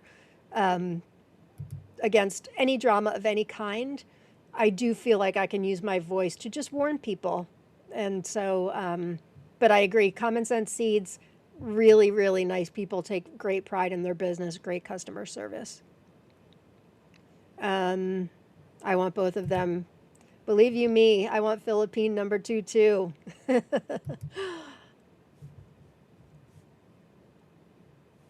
All right, next one. I was just given this by a member from France, Rustik, with a whole bunch of other varieties from France. Rustik de St flower. Seeds for this can be found at Tomate de Charme from France, and they do ship worldwide. I've bought from them several times. They say it's a wonderful tomato whose seeds were given to us by a passionate gardener from St. Flour in Auvergne. I know that's wrong. I don't speak French. A family variety, the pride of its owner, cultivated and carefully preserved for 5 generations of family gardeners. We first grew this tomato in our garden in 2019, and it truly impressed us in every way.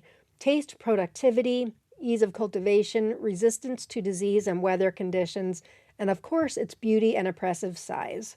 Meaty, juicy, sweet, with the excellent tomato flavor we all so crave. A large, fairly compact plant, well suited to outdoor cultivation. One of the best for bravely enduring cold, heat, and rain.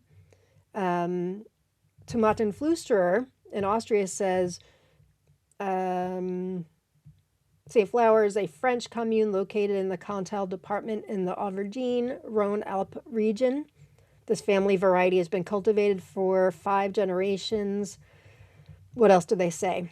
Beautiful red fruits reach a weight of 200 to 350 grams. Firm flesh, has an aromatic flavor with both sweet and tart notes. These tomatoes are versatile in the kitchen. The plants are extremely robust and therefore well suited for outdoor cultivation. Has anybody grown this? I'll go see a shared seeds for this with you. It's beautiful. It is beautiful, isn't it?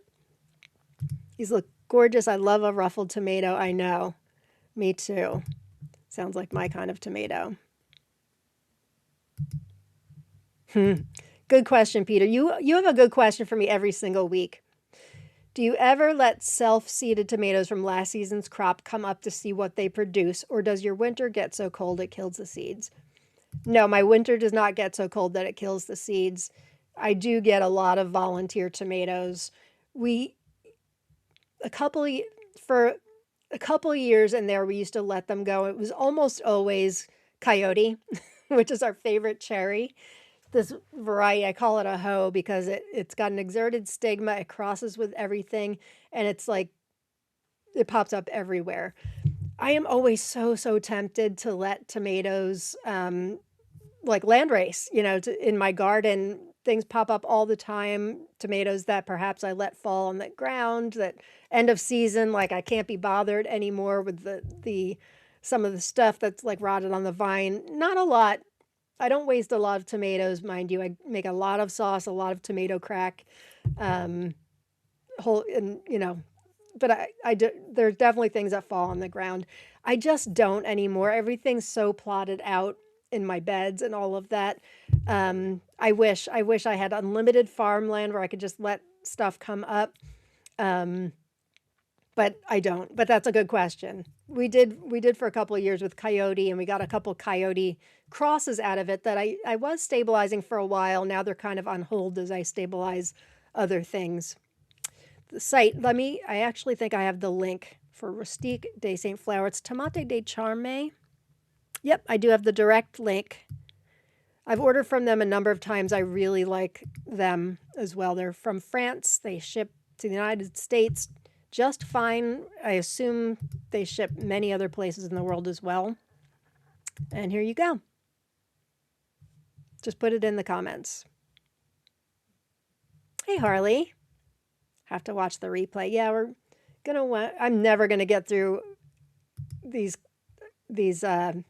all of these tomatoes today, but that's okay. I'll move them to next week. I really don't like to go beyond 2 hours. Plus, I've got dinner to cook. I've got a beautiful loaf of sourdough ready to go in the oven. I'm gonna make chana masala for dinner tonight. I've constituted some dried chickpeas, and so I gotta, do the family dinner thing. But it only leaves more to talk about next week. We still have 20 minutes, though, and we've got some prizes to give away, too. All right, trivia time. Let's see if the trivia thing works this time. We ready? Now I forget what the question is. I guess we'll see in a minute.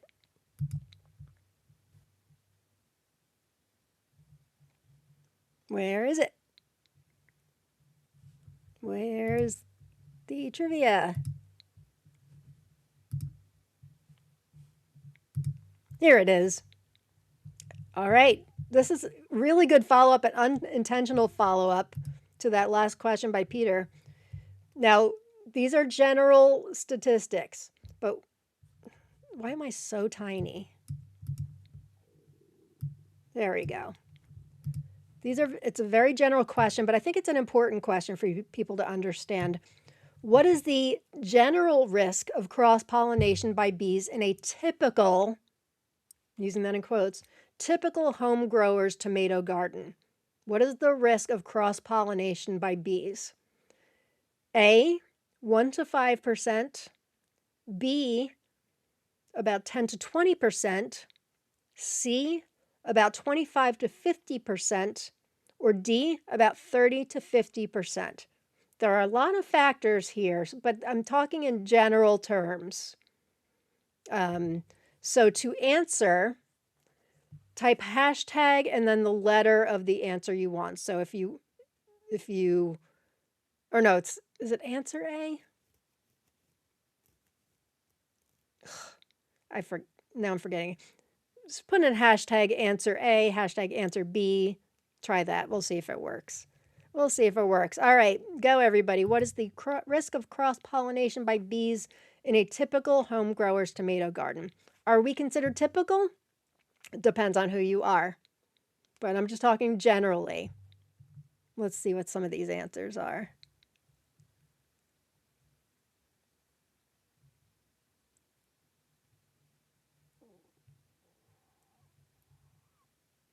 Okay, seeing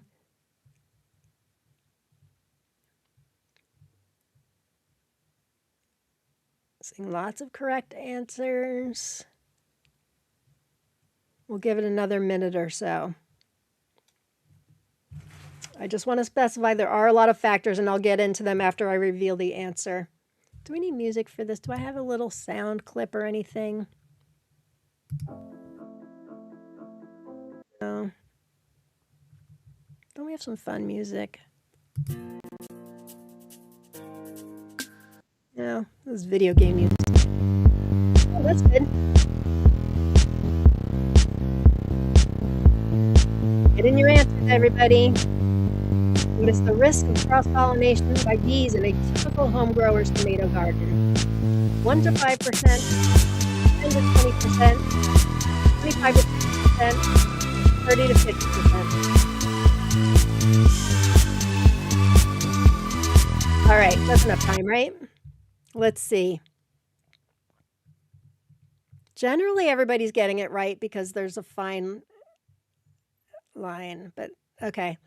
Let us see the correct answer. A, about 1 to 5%. So when people talk about the chances of crossing being low, they mean it. Now, let me tell you about what the factors are, because that could change if it's your garden or my garden. Potato leaf varieties are more likely to cross.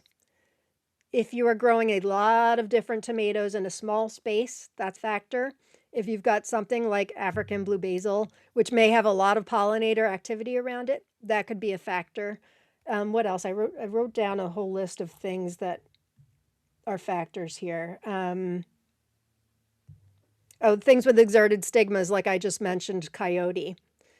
So for those of you that guessed 1 to 5%, you were technically correct, but for us, are we typical? We may be closer to 10 to 20%. Tomatoes are self-pollinating. Their flowers contain everything inside of it to pollinate themselves. They keep all the pollen safely inside. So bees are always super helpful. They don't necessarily need them. So that's one of the many miraculous things about tomatoes. All right. Let's see if the results work this week, because they weren't working last week. All right. Is this the same as last week? No, it's not the same as last week. Nope, it's not the same as last week. Samantha Brisball, you got in the fastest. Congratulations to all of you. Lots of people won, but congratulations to Samantha, who was the fastest. All right. What do we all think about that question?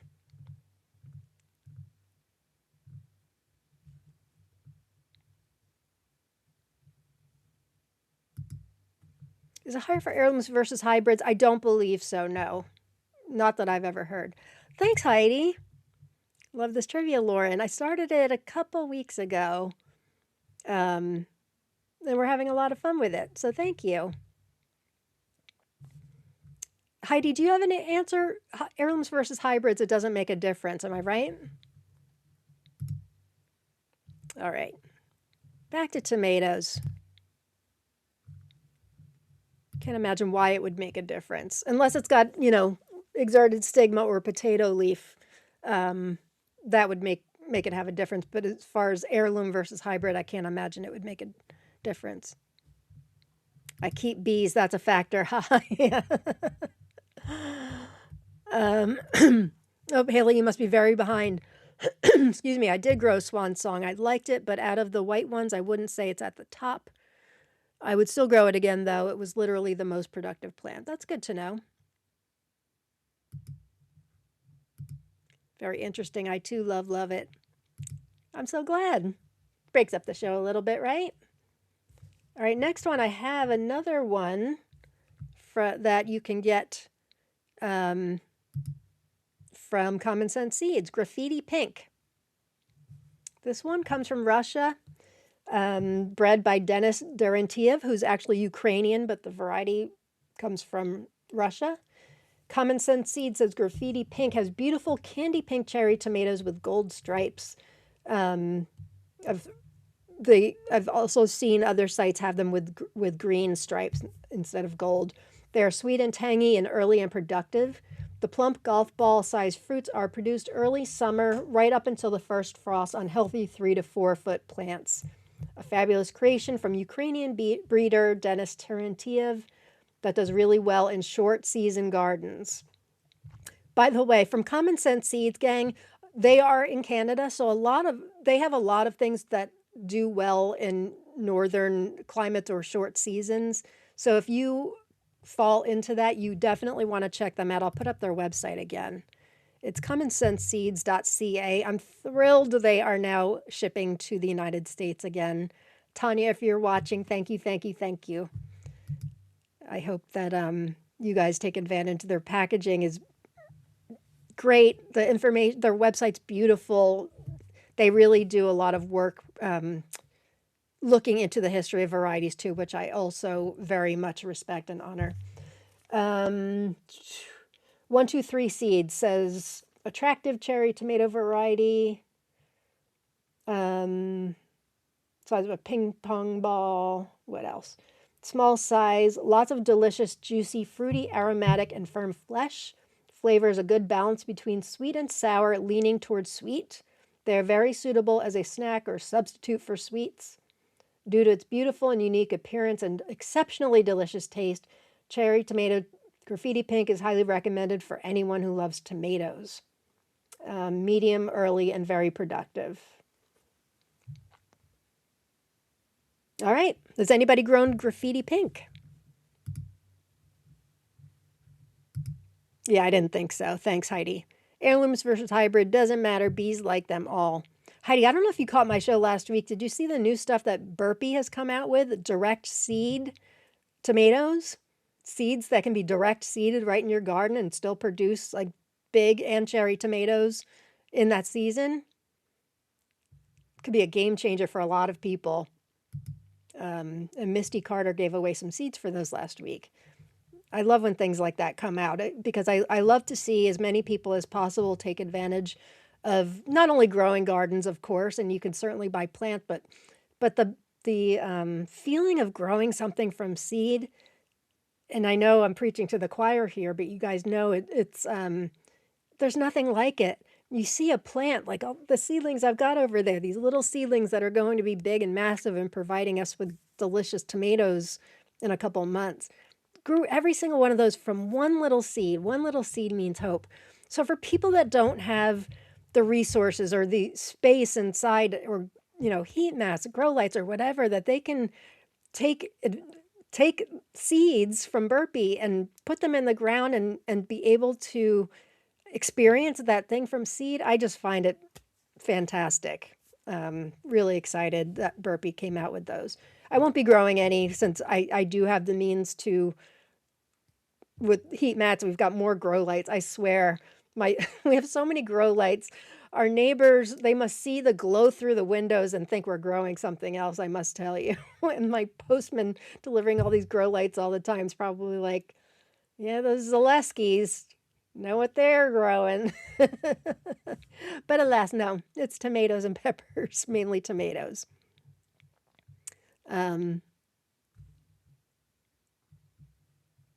Hey, Angwei, Kamatas Tagalong is a good tomato from the Philippines, pink and fluted. Nice. I don't know if I'm going to get, I really wanted to get, no, I can probably get to that today. There's one I thought of you for Angwei along those lines that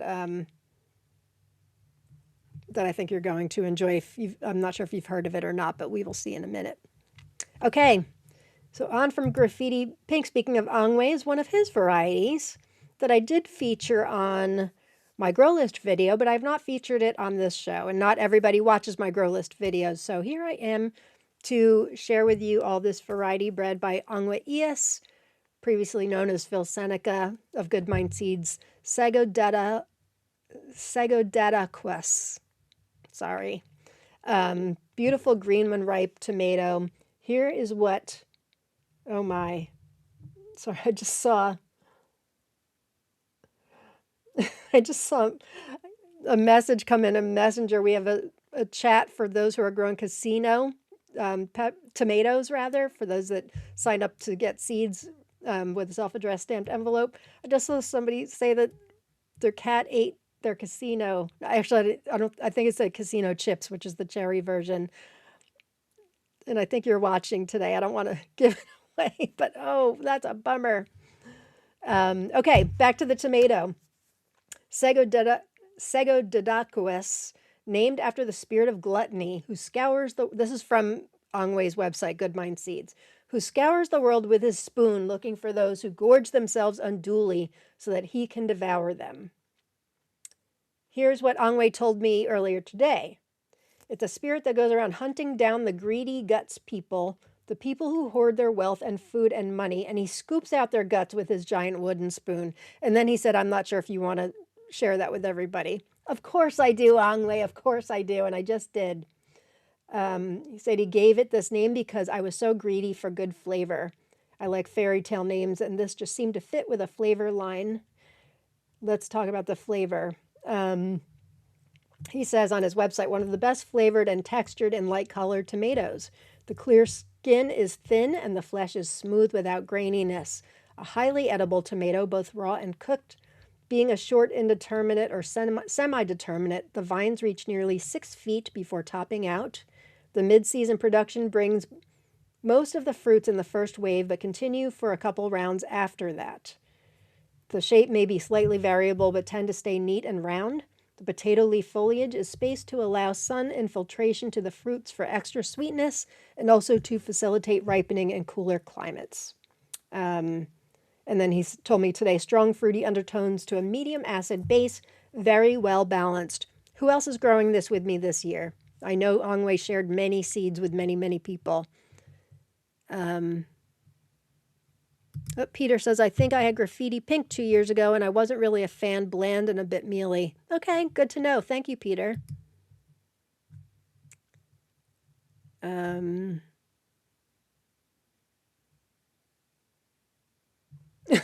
Daly says, haha, somehow I clicked the back button along the way, and I've been listening to the show on a serious delay. I would say so.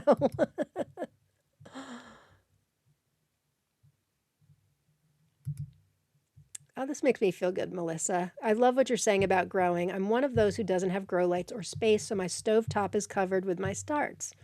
Good. Well, go to Burpees too. Consider, I think they have like 4 to 6 different ones. It's part of a collection, growers blend, something like that.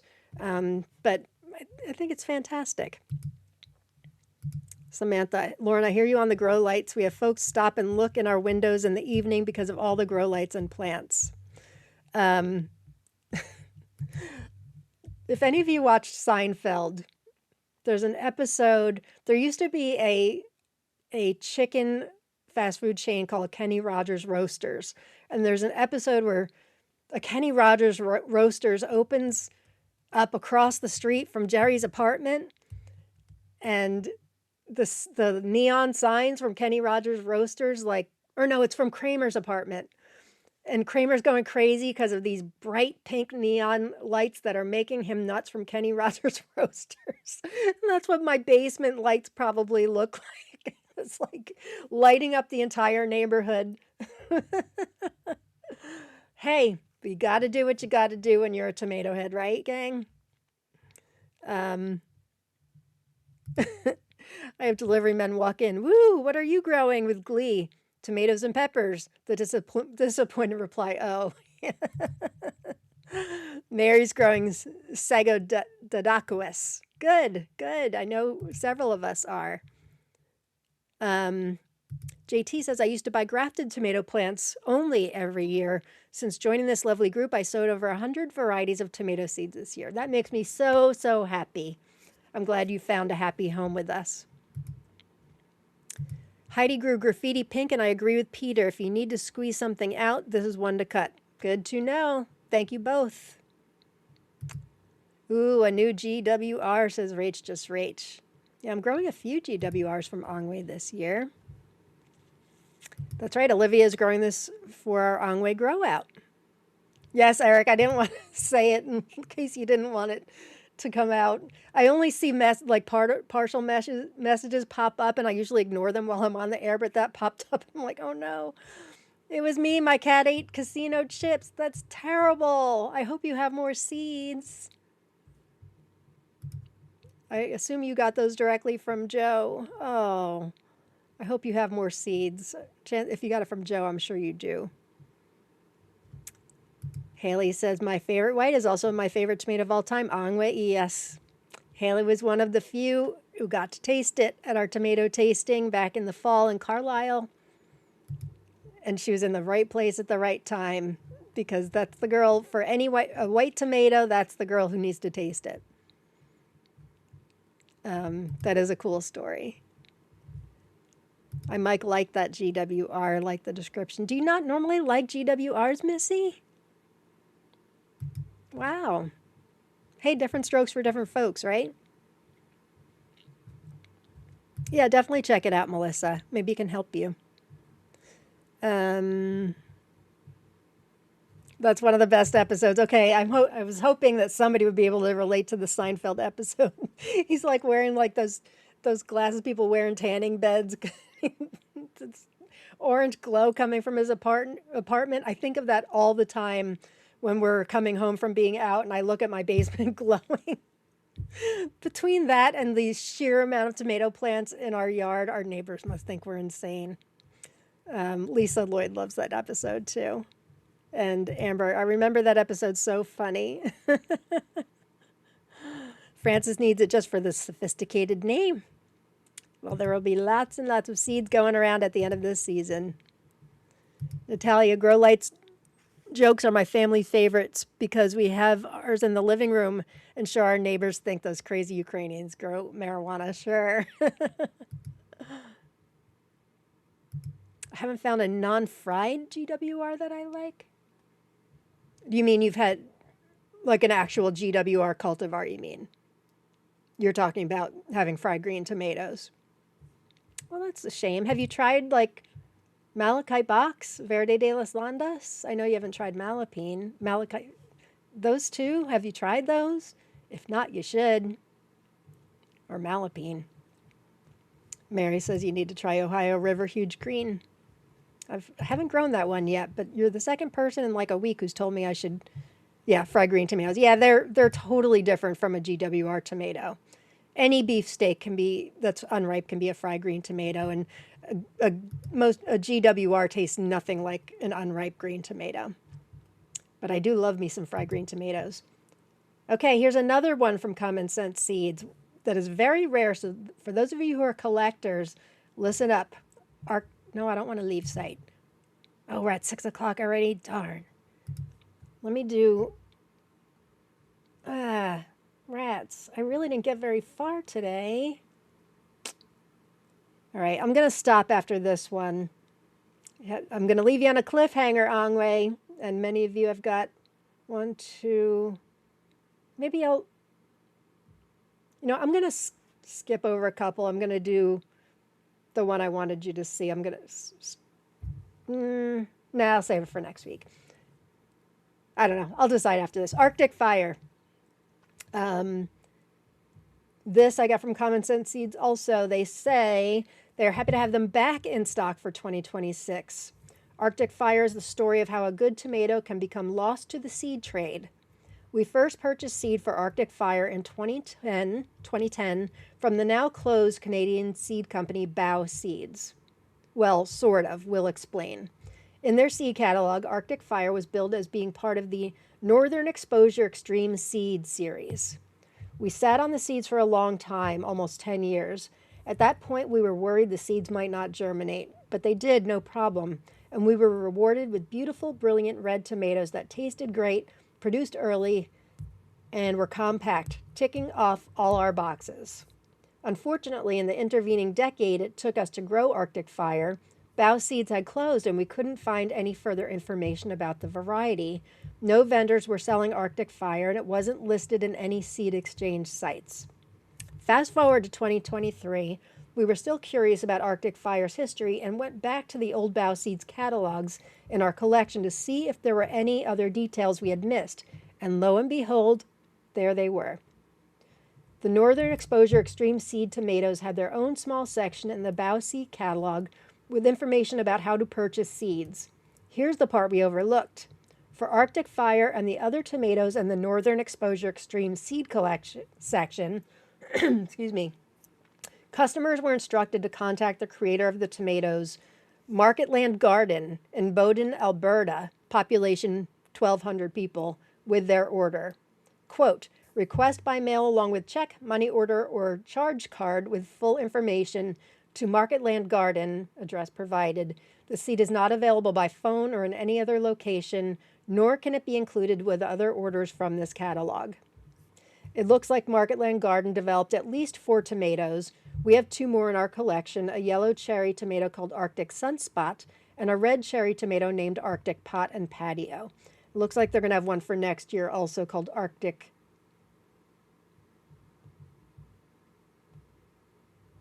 Sunspot next year, it looks like. When bough seeds closed, Arctic fire fell out of circulation. This happens a lot, as we are finding out, and worthy seeds that are carried by only 1 or 2 vendors are at risk of becoming lost. For all these reasons, we are excited to bring Arctic fire back to the seed trade. We hope more people will consider growing Arctic fire and give it a wider distribution. This is what it's all about, my friends.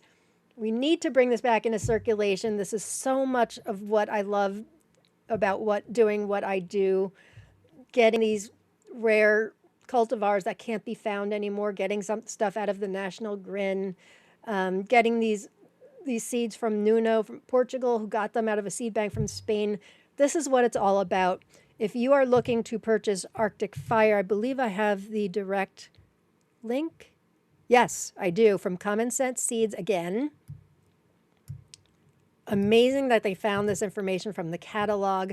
I'm sure I'm not alone when you have a variety, you can't find information on it anywhere, and they found it in a catalog.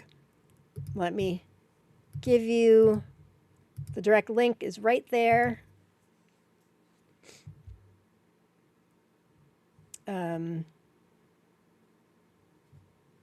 My wish list grows every time I watch your and Jen's videos. I'm glad to hear it. All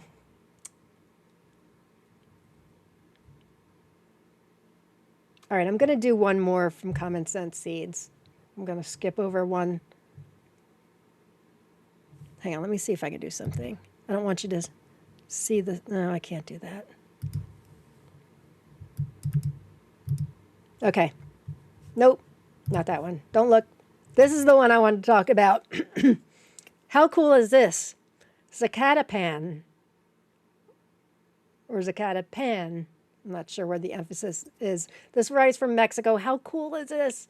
Again, another one from Common Sense Seeds. This beautiful ancient landrace tomato was collected in the Nahua village of Zakatapan, Mexico. The Nahua are indigenous people in Mesoamerica who speak the Nahuatl language. Zakatapan has beautiful pink Criollo fruits, see below, and mildly sweet flavor. The sturdy plants are 4 feet tall. The fact that this tomato thrives in both Mexico and Canada speaks to its deep genetics. Our original seed stock came from the Seed Savers Exchange. Their seed was donated by longtime seed saver George McLaughlin, who collected seeds in the 1980s from the village of Zakatapan. In the 1990 Seed Savers Exchange yearbook, he described it as a rare Criollo heirloom from a tiny Nahua village in the highlands of Puebla, Mexico. Typical Criollo type, which means it's ribbed and ruffled. In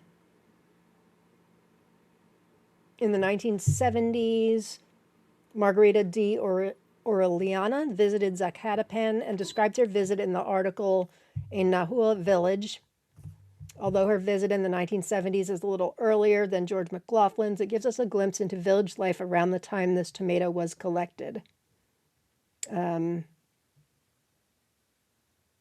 There's a whole, I'm not going to read the whole thing. You can read it on their website at the link I just provided, but it talks about the life in Zakatapan, which is really, really neat. But it says this description reminds us that this tomato was grown for subsistence and everyday living. If this tomato didn't thrive with minimal inputs, it wouldn't have been grown. These are the kinds of tomatoes that were saved from generation to generation because they fed communities. These are the kinds of tomatoes we treasure and are so grateful to be able to grow. This is why I love Common Sense Seeds so much. Just an example, all the varieties I've talked about today from them. These are people that take great pride in sharing their love of tomatoes and sharing seeds and keeping things in circulation and providing the stories behind each one, being painstaking about those stories. Just fantastic. Not to mention great customer service and great people. So that is it, gang. That's it for today. The others I will talk about next week. Evelina's growing Arctic Fire this year. Good, good, good. We can't wait to hear what that is like for you. Kelly's growing Arctic Fire. Jess wants to know if anybody's grown Klondike from Common Sense. I have not.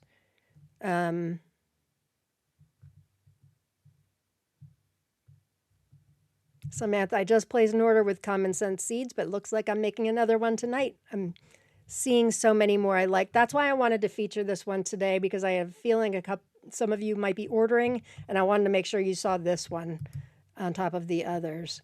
Oh, wow. Oh, Zakatapan is so cute. Need to have this. I want this. You may be getting it, Angwei. Do not buy. Drew, Zakatapan looks cool. I knew you'd like this one, Angwei.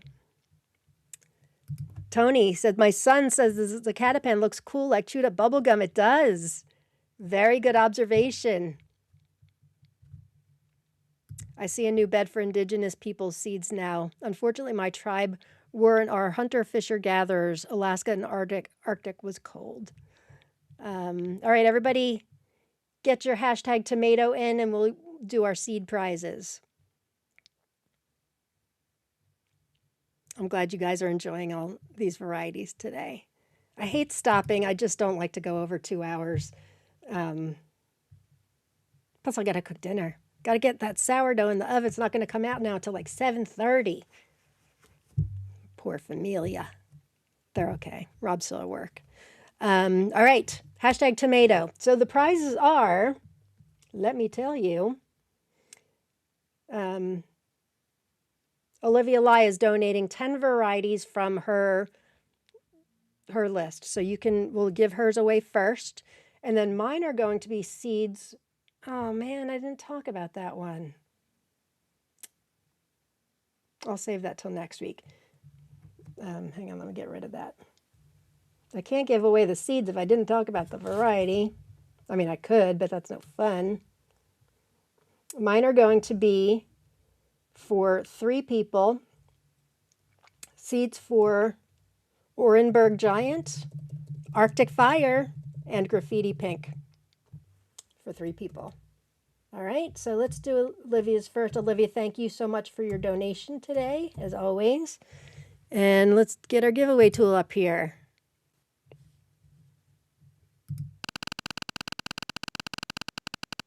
And if you win this, please private message Olivia. Here's her name at the bottom. If you're on Facebook, you can private message her. If you're not on Facebook, you can email me. Oh, Laura Bradley, you're on Facebook. Nope. What happened? Oh, no. Don't do this. Hang on. Let's try this again. Sorry, Laura. Thought it was you. It's just the thing freaking out on me.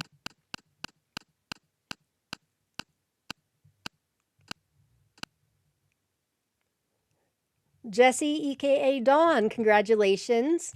Please private message Olivia Lai if you are on Facebook. If you are not, let me give you my email address. You can email me. There's me.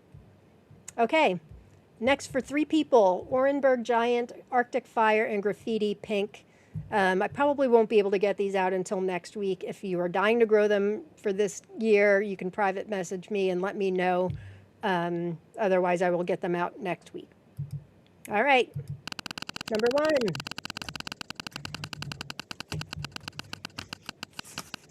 And you can private message me and give me your address for my 3 winners, please. Malin Forsyth, congratulations, Malin. I assume that's you, Malin. Number 2.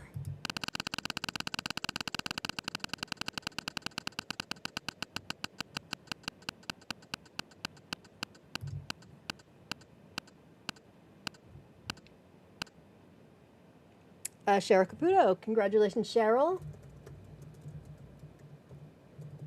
I'm getting better with being able to distinguish the profile names in the person.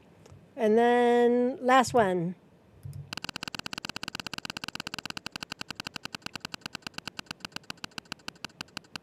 Laura, I was going to say I would give you a prize, but I just sent you a whole bunch of stuff, so I think you'll be good for a while.